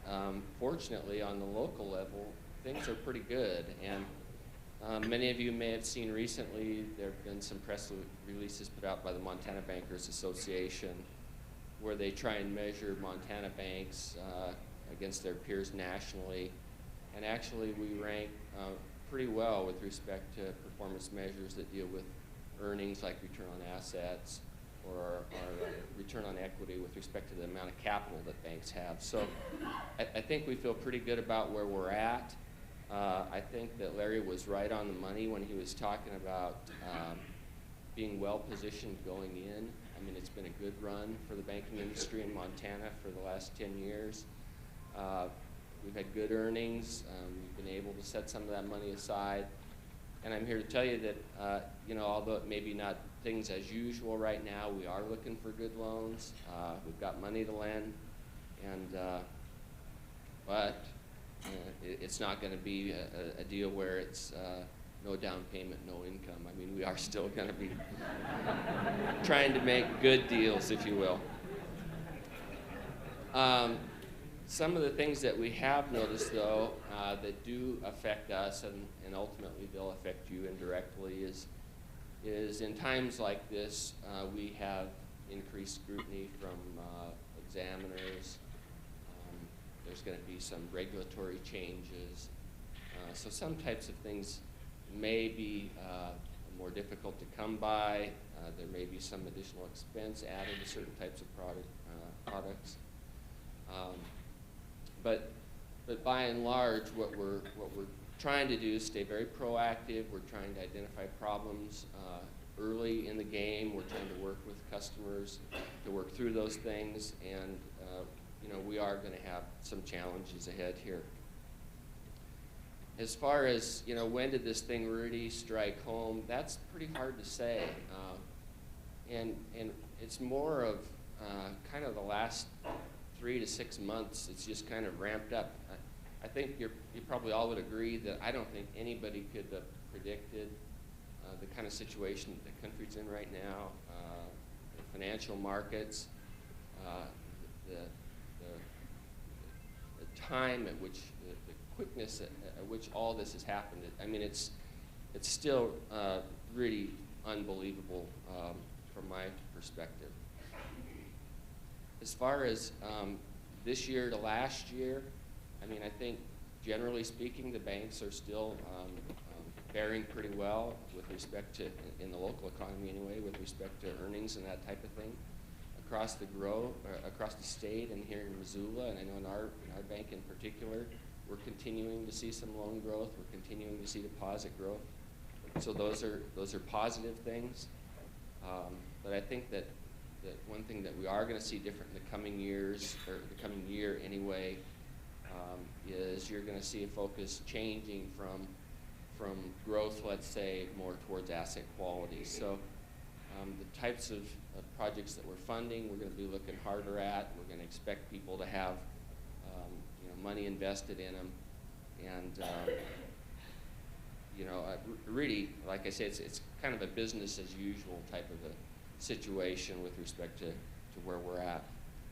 The other big change, I think, over the last year, which Larry and Don really talked about, is I think there's a shift in attitude.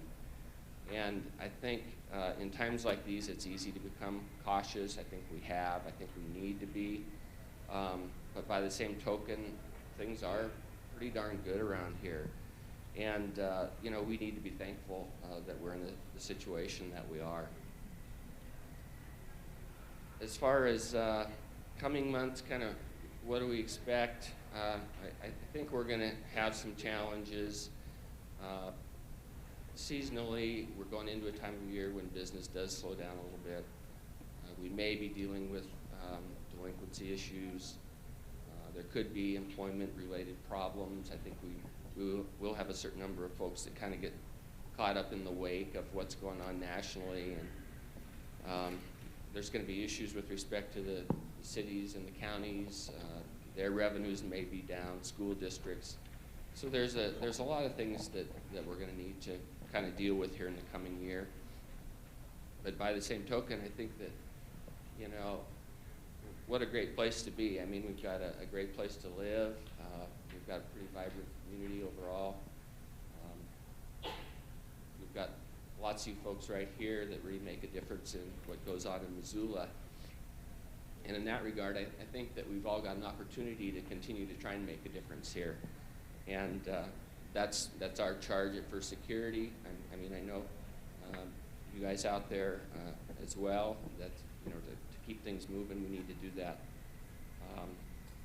But I am going to ask you that going forward, I think some of these issues, especially growth related, are going to become more and more contentious. We're going to need your help to get some things done, and we intend to do that. So with that, I'd just like to sign off and say that I want to thank you all for the opportunity to be here. And I want you to know that from the banking point of view and the industry point of view, we take the responsibility seriously of being good stewards for your money, and we would continue to try and do that as well. So thank you.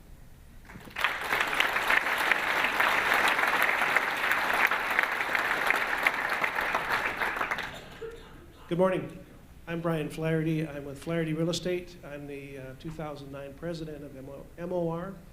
I also wanted to reiterate Brian's comments about thanking Diane and the group and Mr. Swanson. In this day and age, information is absolute king. Relevant and current information is what we all need, and we just have to have it. Coincidentally, we had a board meeting yesterday for MOR, and they said there's some things that I needed to bring up, and I was instructed, if not threatened, the no Irish Catholic jokes and no fishing stories. So limit my comfort zone a bit. I was asked to go back a little bit in the history, short history, and where we've been and where we are and where we're going. Back in the 60s, 59s, in the late 50s and early 60s, the market took a significant tank. And back then there was a fair amount of inventory buildup, and a lot of the selling that was going on in the real estate industry at that time was just take over my payments, we'll leave the Ford, the dog, and a couple chairs in the garage, and we'll move on. That kind of absorbed and kind of went through for a long time. We got into the 80s with the savings and loans crisis, and we had a significant amount of inventory. And anyone that worked through that market back then, there was like a half a page of houses for sale by FHA in the Missoulian every month or every week for about 18 months. At that point, I know the government took a lot of houses out, dumped some into public housing, and tried to stock up some of that excess inventory and help that market recover a little bit. Bringing that forward into where we are today, we really don't have a surplus, what would be considered a dangerous surplus of inventory in Missoula. This morning I pulled up and we look at, in our statistics and in our analysis, we do a kind of a concentrate on what we call the core area Missoula. If you threw a rope around Missoula, picked up Missoula the Rattlesnake, Grant Creek, back up Miller Creek and the South Hills and back down, That's the area that we look at because we have the most data and we rely on that data to be significant because of the numbers there. But as of this morning, we had 759 houses for sale in that area at all prices and all types of housing. So far to date, we've had 910 closings of sales in that same area. So we look at what we call an absorption rate, and our absorption rates, we've been tracking our data real closely for about 1.5 years now. And we look at how many houses are on the market, how many houses sold last month. That gives us an answer of how long it's going to take to absorb that surplus of inventory. So our absorption rates all year this year have been hanging somewhere around 6 months, 7 months in the lower price ranges, and 24, 28 months up in the higher price ranges. So if you look at the amount of inventory they have being 759 and the amount of sales we have, our absorption rates are starting to stabilize a little bit from what we're looking at. Is it back to our statistics, we put those together every quarter. We meet with the lenders and brokers and present them, and then they go on our website for everyone to use. So please look at our website, MissoulaRealEstate.com. There's a lot of information that we put out, and we just put out what's there. Our effort has been last year to just publish the news, what it is, and the amount of sales, the amount of listings, and exactly a clear picture of what the market is. We look at going forward. Is it a time to buy? Is it a time to sell? There's a certain segment of the property of people that if you're renting in this market with the lower inventories and at these interest rates, it probably is a time to look at buying. If you're selling a home, there's a number of people, elderly people that can no longer live in a home, or there's market transitions, merging families, separating families, kids growing out, houses being too big. There's an underlying market that's always going on in the marketplace. That's been fairly stable and consistent. I guess our message is it's probably a time to open your eyes and keep looking and see what's going on out there, because there's some opportunities, there's some great interest rates, and we don't have bulging inventories, and we are seeing our sales level. This year we projected to be about 980. To date we're 910, so we're going to be pretty close to the number of sales units that we projected. And the market going forward, I think, is positive. People are looking at selling, buyers are selling, coming to meeting at the mines with the sellers, and properties are changing hands. So I thank you for the opportunity of putting this together and for everyone coming and sharing the information, because information is vitally important. Thank you.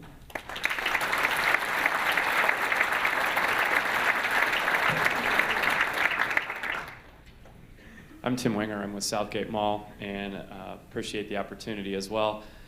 Kind of want to hurry through this because according to Larry, I know all of you need to get over to the mall immediately and finish up your Christmas shopping. He is now my ambassador of shopping. Thank you very much, Larry, for all your comments. Because the slowdown has definitely affected us in the last few months. Traffic has actually been relatively good up until the 0-degree weekend that we had. However, we do know that people are spending less at the mall over the last few months. But that being said, our Black Friday, as it may, nationally it was said that it was just a huge day for a lot of the retailers, and it was a huge day for the mall. We had several stores having their days in at 3 and 4 o'clock. We had a department store tell us that it was the biggest day that they'd ever had in the history of the mall, which was exciting. My joy was definitely there, but definitely we were cautious because we knew people were looking for value, and we weren't sure that we would be able to sustain it through the holidays. But certainly I think the psychological part of all of this is probably the major sort of catalyst for the slowdown here. But we're hopeful that in these last 7 days that it'll come back.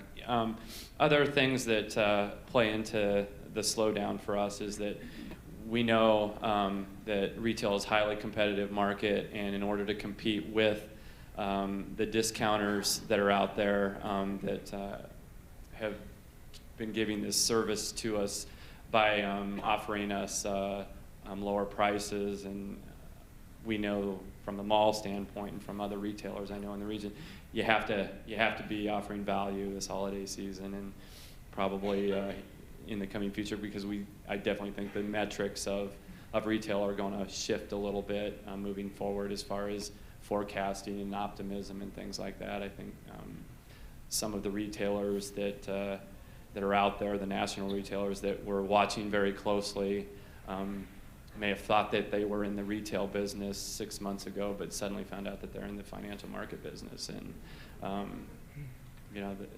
we'll find out what happens to many of them. As far as the real estate part of the business that I'm in, the mall's never been more occupied. We have one space left, and that's an indication of the national retailers and the local retailers' confidence of opening stores in our market and doing business here. We're excited about that. We know that it's going to slow down here for the next 12 to 18 months because we go and we're talking to the retailers all the time, and we go to these conventions once a year. And in 2007, we were talking to a lot of people. They were looking at Missoula and saying, hey, we're going to be there in 2008 or 2009. And we talked to them in 2008, and we had some people say, yeah, we're going to be there in Red Robin and Hollister, and some of these stores that we just opened are here and doing business. And some of the people that we talked to in 2008 that said they'd be here in 2009, the brakes have sort of stopped as far as them being able to do as many projects as they thought they were going to do. We see those national retailers, and they may have had a list of 50 projects, and they may have reduced them to 10 that they're going to do this year, or that. And we think that'll probably still occur here in the next 12 to 18 months. But what we do find is when people find out about our market, they're very enthused about how productive it is, and we just need to get them sitting in front of us to get them to find out and explore more about what we're going to do. As far as this year, compared to last year, which was an area we were asked to look at, we saw a slowdown. It was great because when I first came here, the first couple months that I was here, we were seeing these double-digit increases, and I was feeling pretty good about myself. And if you're in retail, you can't attribute it to anybody or any one person. But that being said, we're moving through for the next 18 months, and things are just buzzing along at double-digit increases. And suddenly, probably in the springtime of this year, we started seeing single-digit gains. And then in the summer, the single digits were, kind of reducing to smaller single digits, and then we started seeing some decreases in the fall, later in the fall. So that's when all these things started to occur. So we're seeing that, and December mixed with the economy, I think, and some of the weather challenges that we've had, we'll probably have a tough December as far as going against next year. Looking forward, we think retail is one of those industries that adjusts to the situation very well.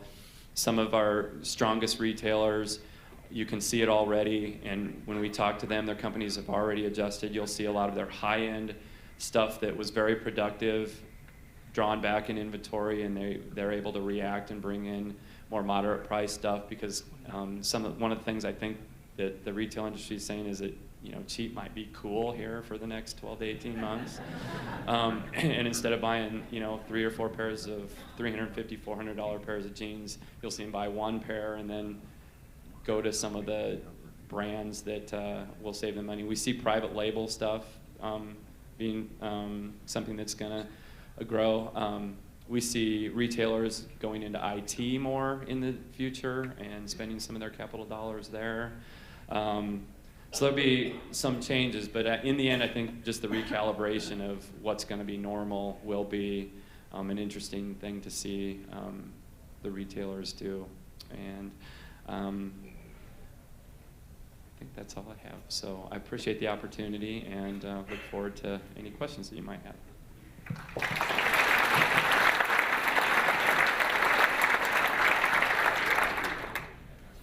Good morning. Thank you for the opportunity of being here. I'm Lucy Weeder. I'm with the Best Western Grant Creek Inn. This summer, the hotel industry has experienced declines both locally and nationally. The hotel business in Missoula is a very seasonal business. June, July, August, and September is our peak season. Due to the Best Western's Grant Creek Inn's excellent highway location, I can usually account on my occupancy being higher than the average in the Missoula during the summer. During the shoulder seasons, we tend to see the conventions and the full-service hotels' occupancies higher because of group business. Convention business is usually booked 3 to 5 years out, and from what I hear from my competitors this summer, group business remains fairly stable. This summer, our June and July occupancies experienced a small declines from last year, while August and September had even greater declines. However, I do not feel that the economy was the only factor. One of the major factors is that we did not have any forest fires this summer. Although we are grateful not to have the smoke and certainly the destruction of our forests, this year I certainly felt the impact. For the last several years, we've had business directly related to forest fires, including forest fires personnel, firefighters, and even helicopter crews who are in Missoula eating, buying, and putting heads in beds. I cannot even imagine the dollar amount contributing to this community due to fires. There has also been a dramatic increase in the number of sleeping rooms in this community. The Staybridge Inn and Suites opened their doors in Missoula with 100 rooms. A few years prior, Hilton Garden Inn and the Courtyard by Marriott opened with 146 rooms and 92 rooms respectively.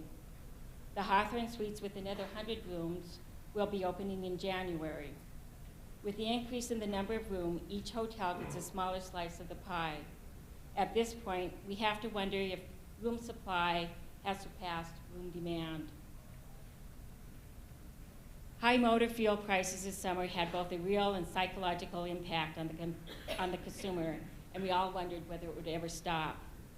We felt an impact not only in the leisure traveler, but also the business traveler. We also noticed the impact with our senior travelers. Even with the Grizz games and the stadium at capacity, more people went home without spending the night in Missoula. The Grand Creek Inn was just completing the major renovation in our lobby, breakfast room, and business center when we entered peak season, and renovation often displaced guests. Although the first and second quarters, the accommodation tax collection in Missoula were up 5 and 7 percentage points, Travel Montana indicated Missoula's third quarter collections declined 3 percentage points from July, August, and September last year. Although this percentage is not equal correlation in the decrease of number of travelers, rate increases and delinquencies often affect the percentages. The trend still indicates a decline. The only other decline of peak season accommodation taxes in Missoula occurred in 2004, since the genesis of the accommodation taxes in 1987. Another indicator of summer business was a report by Smith Travel Research that Montana sold fewer rooms, a decrease of 1% for January through August 2008 from the same period in 2000. What is even more disconcerting is that the declines were higher during our peak seasons, with the decreases in June, July, and August at minus 2.3%, minus 2.9%, and minus 3.4%.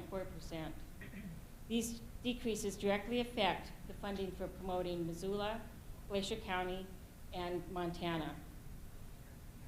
The Institute for Tourism and Recreation Research, ITRR, incorporated a survey of non-residence travelers into their summer surveying to provide some indication of summer tourism season. It appeared that the total volume of travelers on Montana highways were less, and those that did travel here shortened their length of stay. This coincides with national predictions stating people would still be traveling, but that they would be traveling closer to home and for a shorter period of time. A web-based survey was administered last month to all the tourism owners and managers represented in the Montana Vacation Planner. The purpose of the survey was to assess the change in visitation from 2007 to 2008 and to project visitation for 2009. Of the 95 respondents to the ITRR survey, 30% of glacier countries' respondents experienced a decrease in visitation in 2008, while 22% remained the same. Gas prices topped the list of reasons for a decrease, followed by the U.S. economy and also fewer leisure travelers. Interestingly, tourism in glacier country are almost evenly split in their expectation for 2009. Nearly a third expect a decrease, a third expects an increase, and a third expects to remain the same as the previous year. Last week, eHotelier.com had an article forecasting declines in 2009.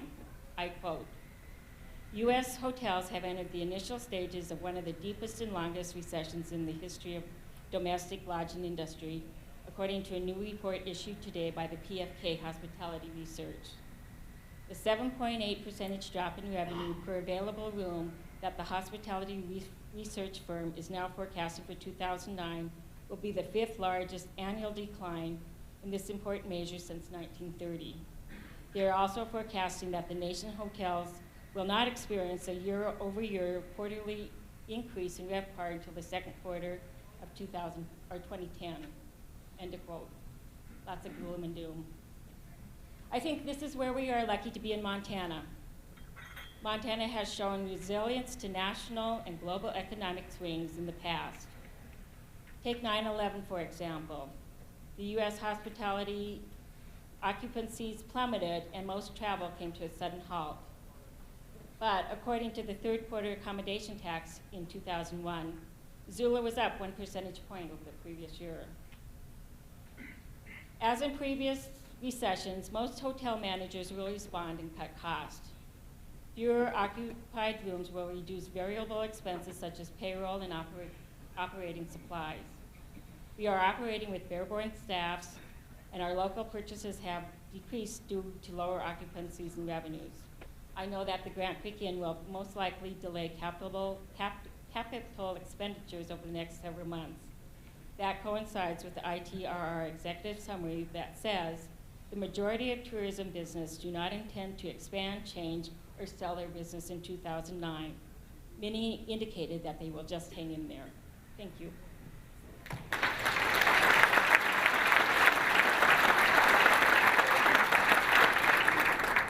Thank you. Thank you all very much. Okay, questions? Is anybody too shy and they have a white card they want us to grab? Larry, you want to join us? Please, thank you. Okay, don't be shy. Oh, there's Walt. I don't know who would be best to answer this question, but a lot of the markets, tourism's pretty big in Missoula, obviously in western Montana, one of our strengths. And a lot of the markets that come to Missoula have been impacted by this. And Dr. Larry, you referred to that. And California is one of our big markets. Any projections on that, how that's going to impact us? Or thoughts?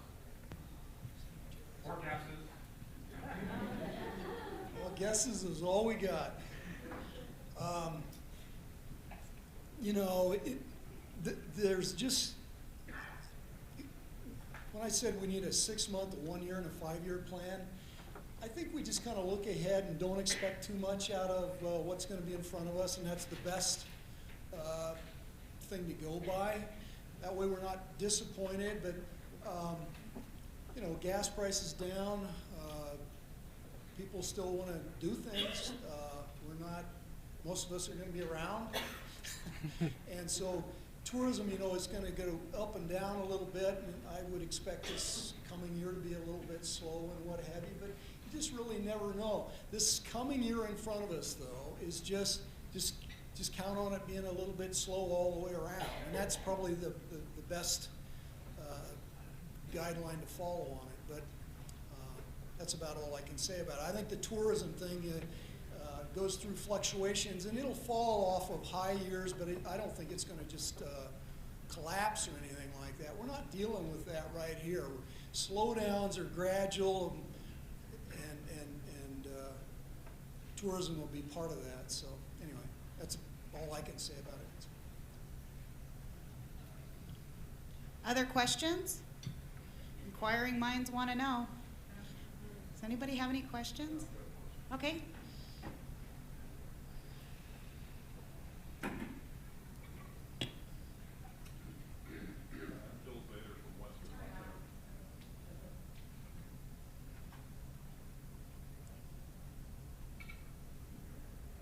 Just talk loud. I appreciate the sponsors putting this meeting together. It's just been great to see such a great turnout. I have a question. Why don't we as sponsors come together and...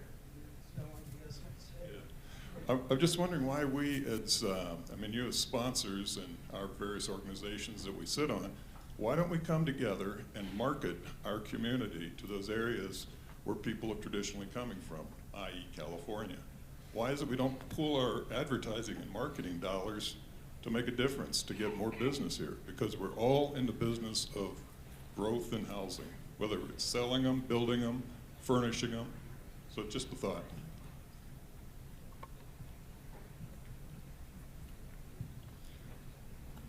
Thanks, Bill.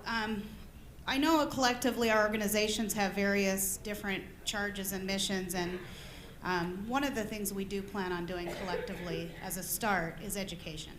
And I think education is key to what we need to get the word out in our community. We have media here today. This is being taped on MCAT. So if you know anyone that missed being here today because they had to go to Chattanooga, by the way, if anybody has a spare seat on a plane, let me know. My bags are packed. I'm ready to go. But we're working towards some collective efforts, Bill. Thank you. Any other questions? Don't be shy. Anybody? Hi. I'm wondering, do any of the panelists believe that years of overconsumption and overdevelopment played a role at all in the current economic crisis? And assuming that the answer to that is yes or maybe, I'd also be interested to know what the panelists are doing in their respective businesses to bring about a clean, green, and sustainable future. And I ask these questions because I'm not sure that more of the same is going to be a sound strategy as we move into the future. Thank you. Don? I can only do one. I know nationally, and I speak from the building industry, that the move towards green building is very strong, and it's actually encompassing all of our industry and all parts of our industry. If you look at what the National Association of Home Builders is doing and where they're moving with the green movement, we now have the green building that we're pushing through all of our associations all the way down from national all the way down to ground level. And by that I mean it's just not simply just putting a label on. Builders are needed to be certified. Materials that they're putting into these buildings need to be certified. So we're really looking overall at how can we make our houses, our buildings, our commercial buildings better fit towards the environment and what those uses are.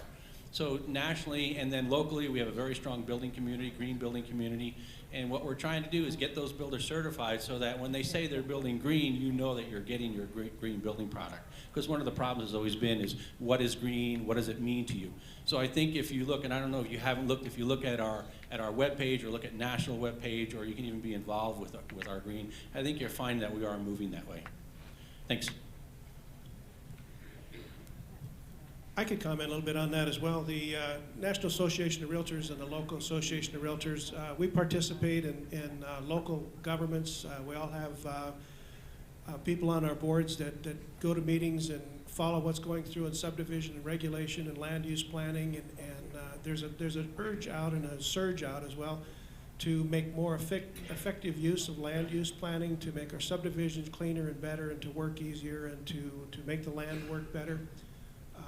Also, from the appraisal standpoint, I know there's a push on the appraisal, the National Foundation, the Appraisal Foundation, to recognize green as a part of the appraisal process. They're trying to figure out how to do that, but there's a push on green and energy efficient and consumption, and I think all the organizations are working toward that. Thank you. Any other questions? Anybody else?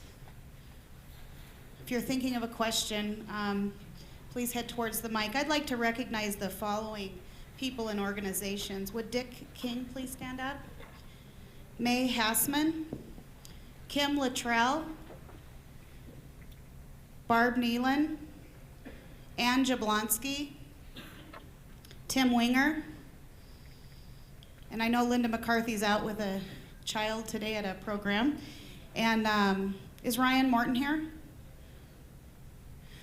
This is the leadership of the organizations that helped create this program for you. I want to thank each and every one of them and their staff for helping us put this together. Thank you all very much.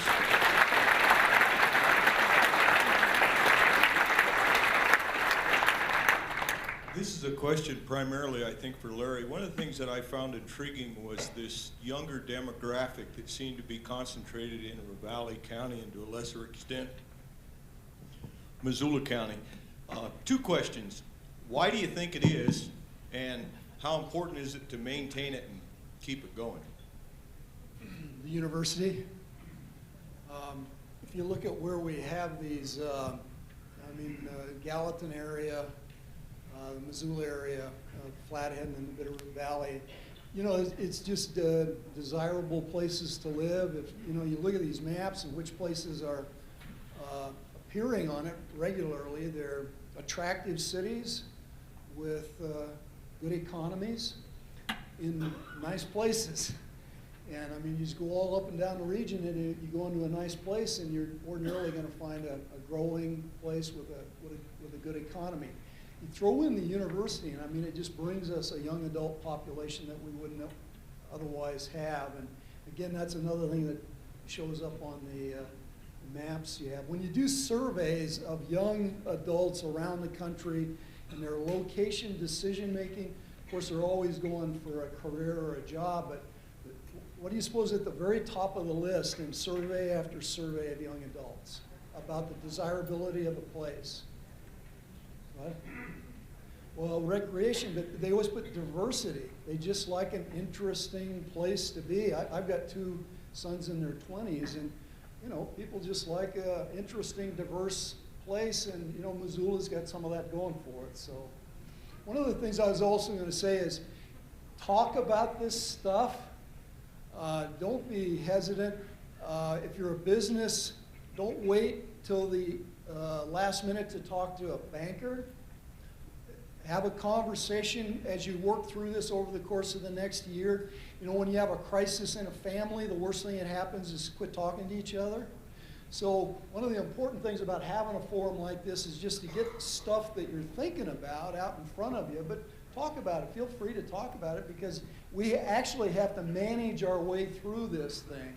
And talking and communicating and staying grounded will be very important for us. So feel free to do that.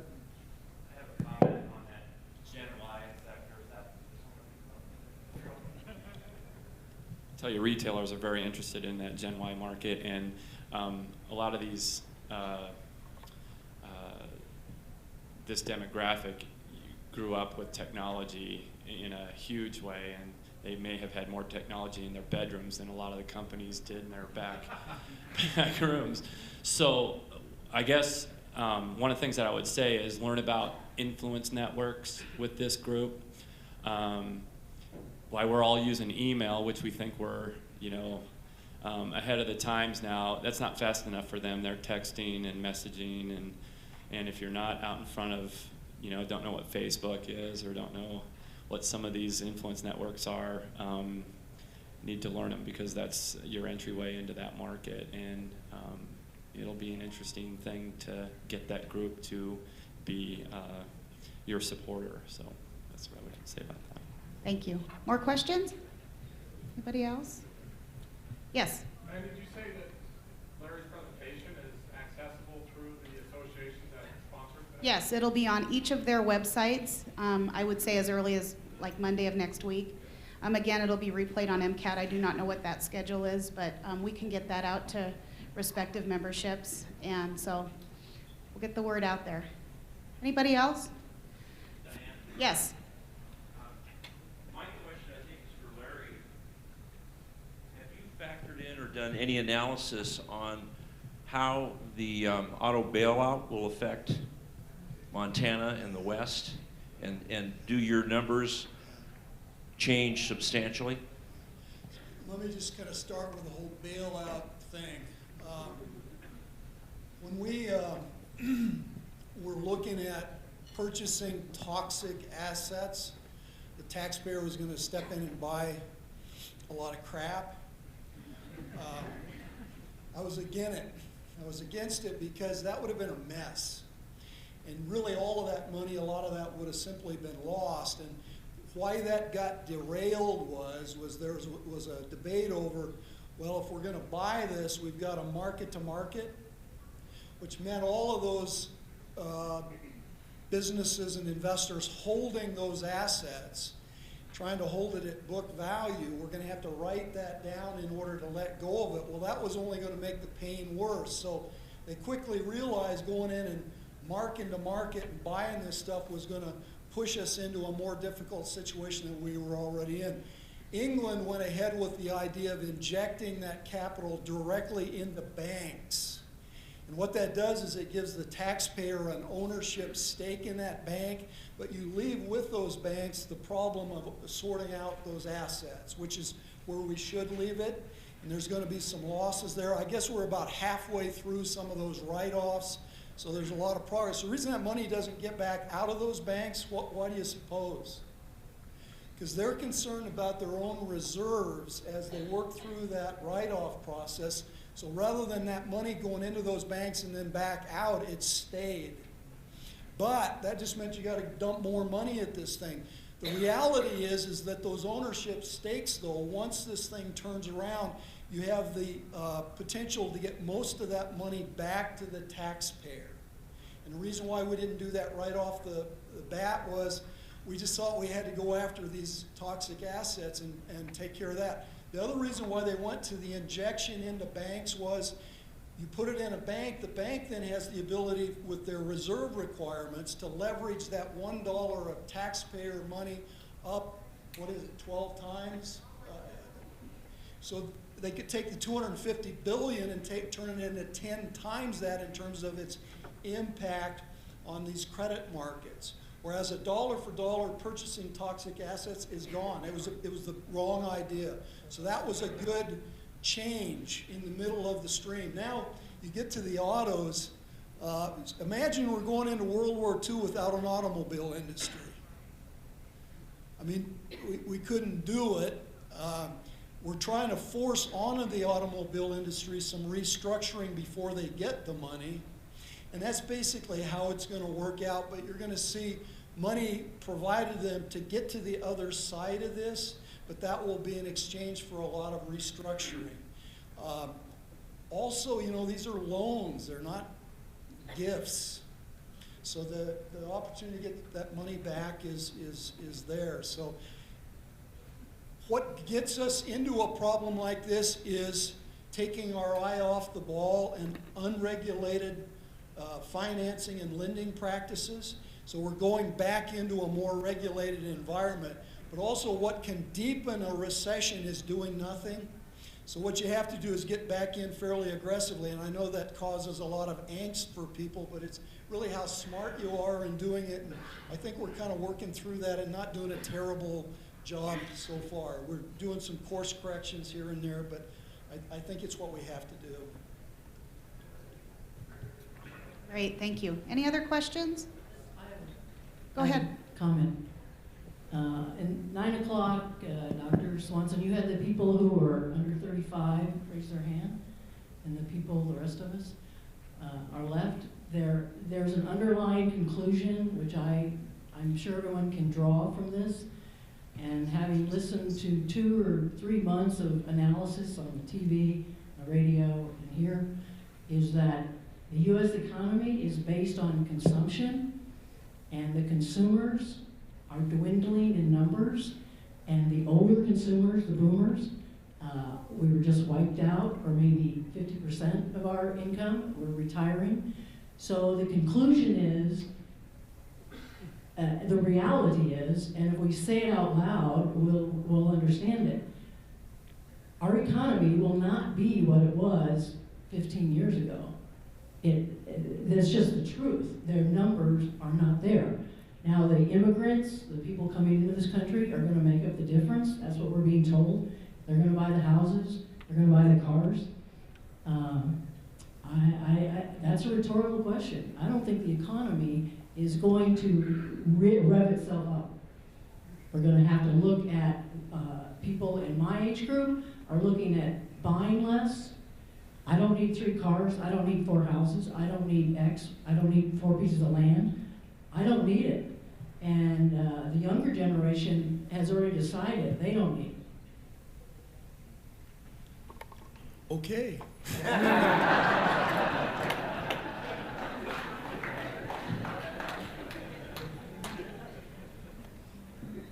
With that, are there any more questions? Right here. Yep, go right ahead. I'm wondering about an idea that we might be moving into a deflationary environment in the future, and what Larry's thoughts on that are, and could that be a precursor to depression? Yeah, we're into a deleveraging process. You keep hearing all that. The deleveraging is actually we're losing values that really weren't there to begin with. The values were created by a leveraging up process primarily tied to mortgage-backed securities. These mortgage-backed securities were actually invented by some MIT mathematicians who took the value of this housing and these mortgages and ramped them up considerably and then sold them as securities. And that's why as we go through the deleveraging process, the impact is so deep and widespread. And it's basically capital from around the world that got invested into these equity markets that's being affected by that. So as we go through the slowdown period and the deleveraging, we're going to go into a price deflation. And just last month, the Consumer Price Index just announced, was it yesterday, the biggest one-month decline in the Consumer Price Index in history. So expect over the course of the next year a sort of a de-inflationary period for some things, followed by the subsequent year after we've dumped all of this capital and liquidity into U.S. and world markets and the economy begins to recover. What comes next? Inflation. Inflation. So you move through deflation over the course of the next year and probably into an inflationary environment the subsequent year, because all of this work on credit markets is going to be combined with fiscal measures on infrastructure and also some energy stuff, and that will then be inflationary about a year out once you get into economic recovery. And where does that inflation then translate most directly into? Tangible assets. Why do we want to kind of create an inflationary situation in that subsequent year? To rebuild some asset values. So it'll work that way. Actually, we won't go into a deflation, depression, it'll be a deflation, inflation. Do you see there's a chance of hyperinflation at that point? You will just have to manage it, but the stuff we're doing now would actually create hyperinflation in a normal economy. But we're not in a normal economy right now. So in some ways, you try to pull back on some of this as the economy itself begins to recover. And then I have a follow-up question. Does anybody believe that the limits to growth movement has created some of our difficulties?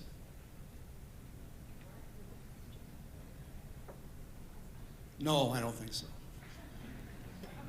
Great, thank you. Anybody else? One last question? Okay, with that, I would like to make a few thank yous. First, Security Bank. This whole table up here is from First Security. I think there's one big one back there. Thank you for sponsoring this event along with the Missoulian and the Holiday Inn. Thank you all for being here today and taking the time out of your day.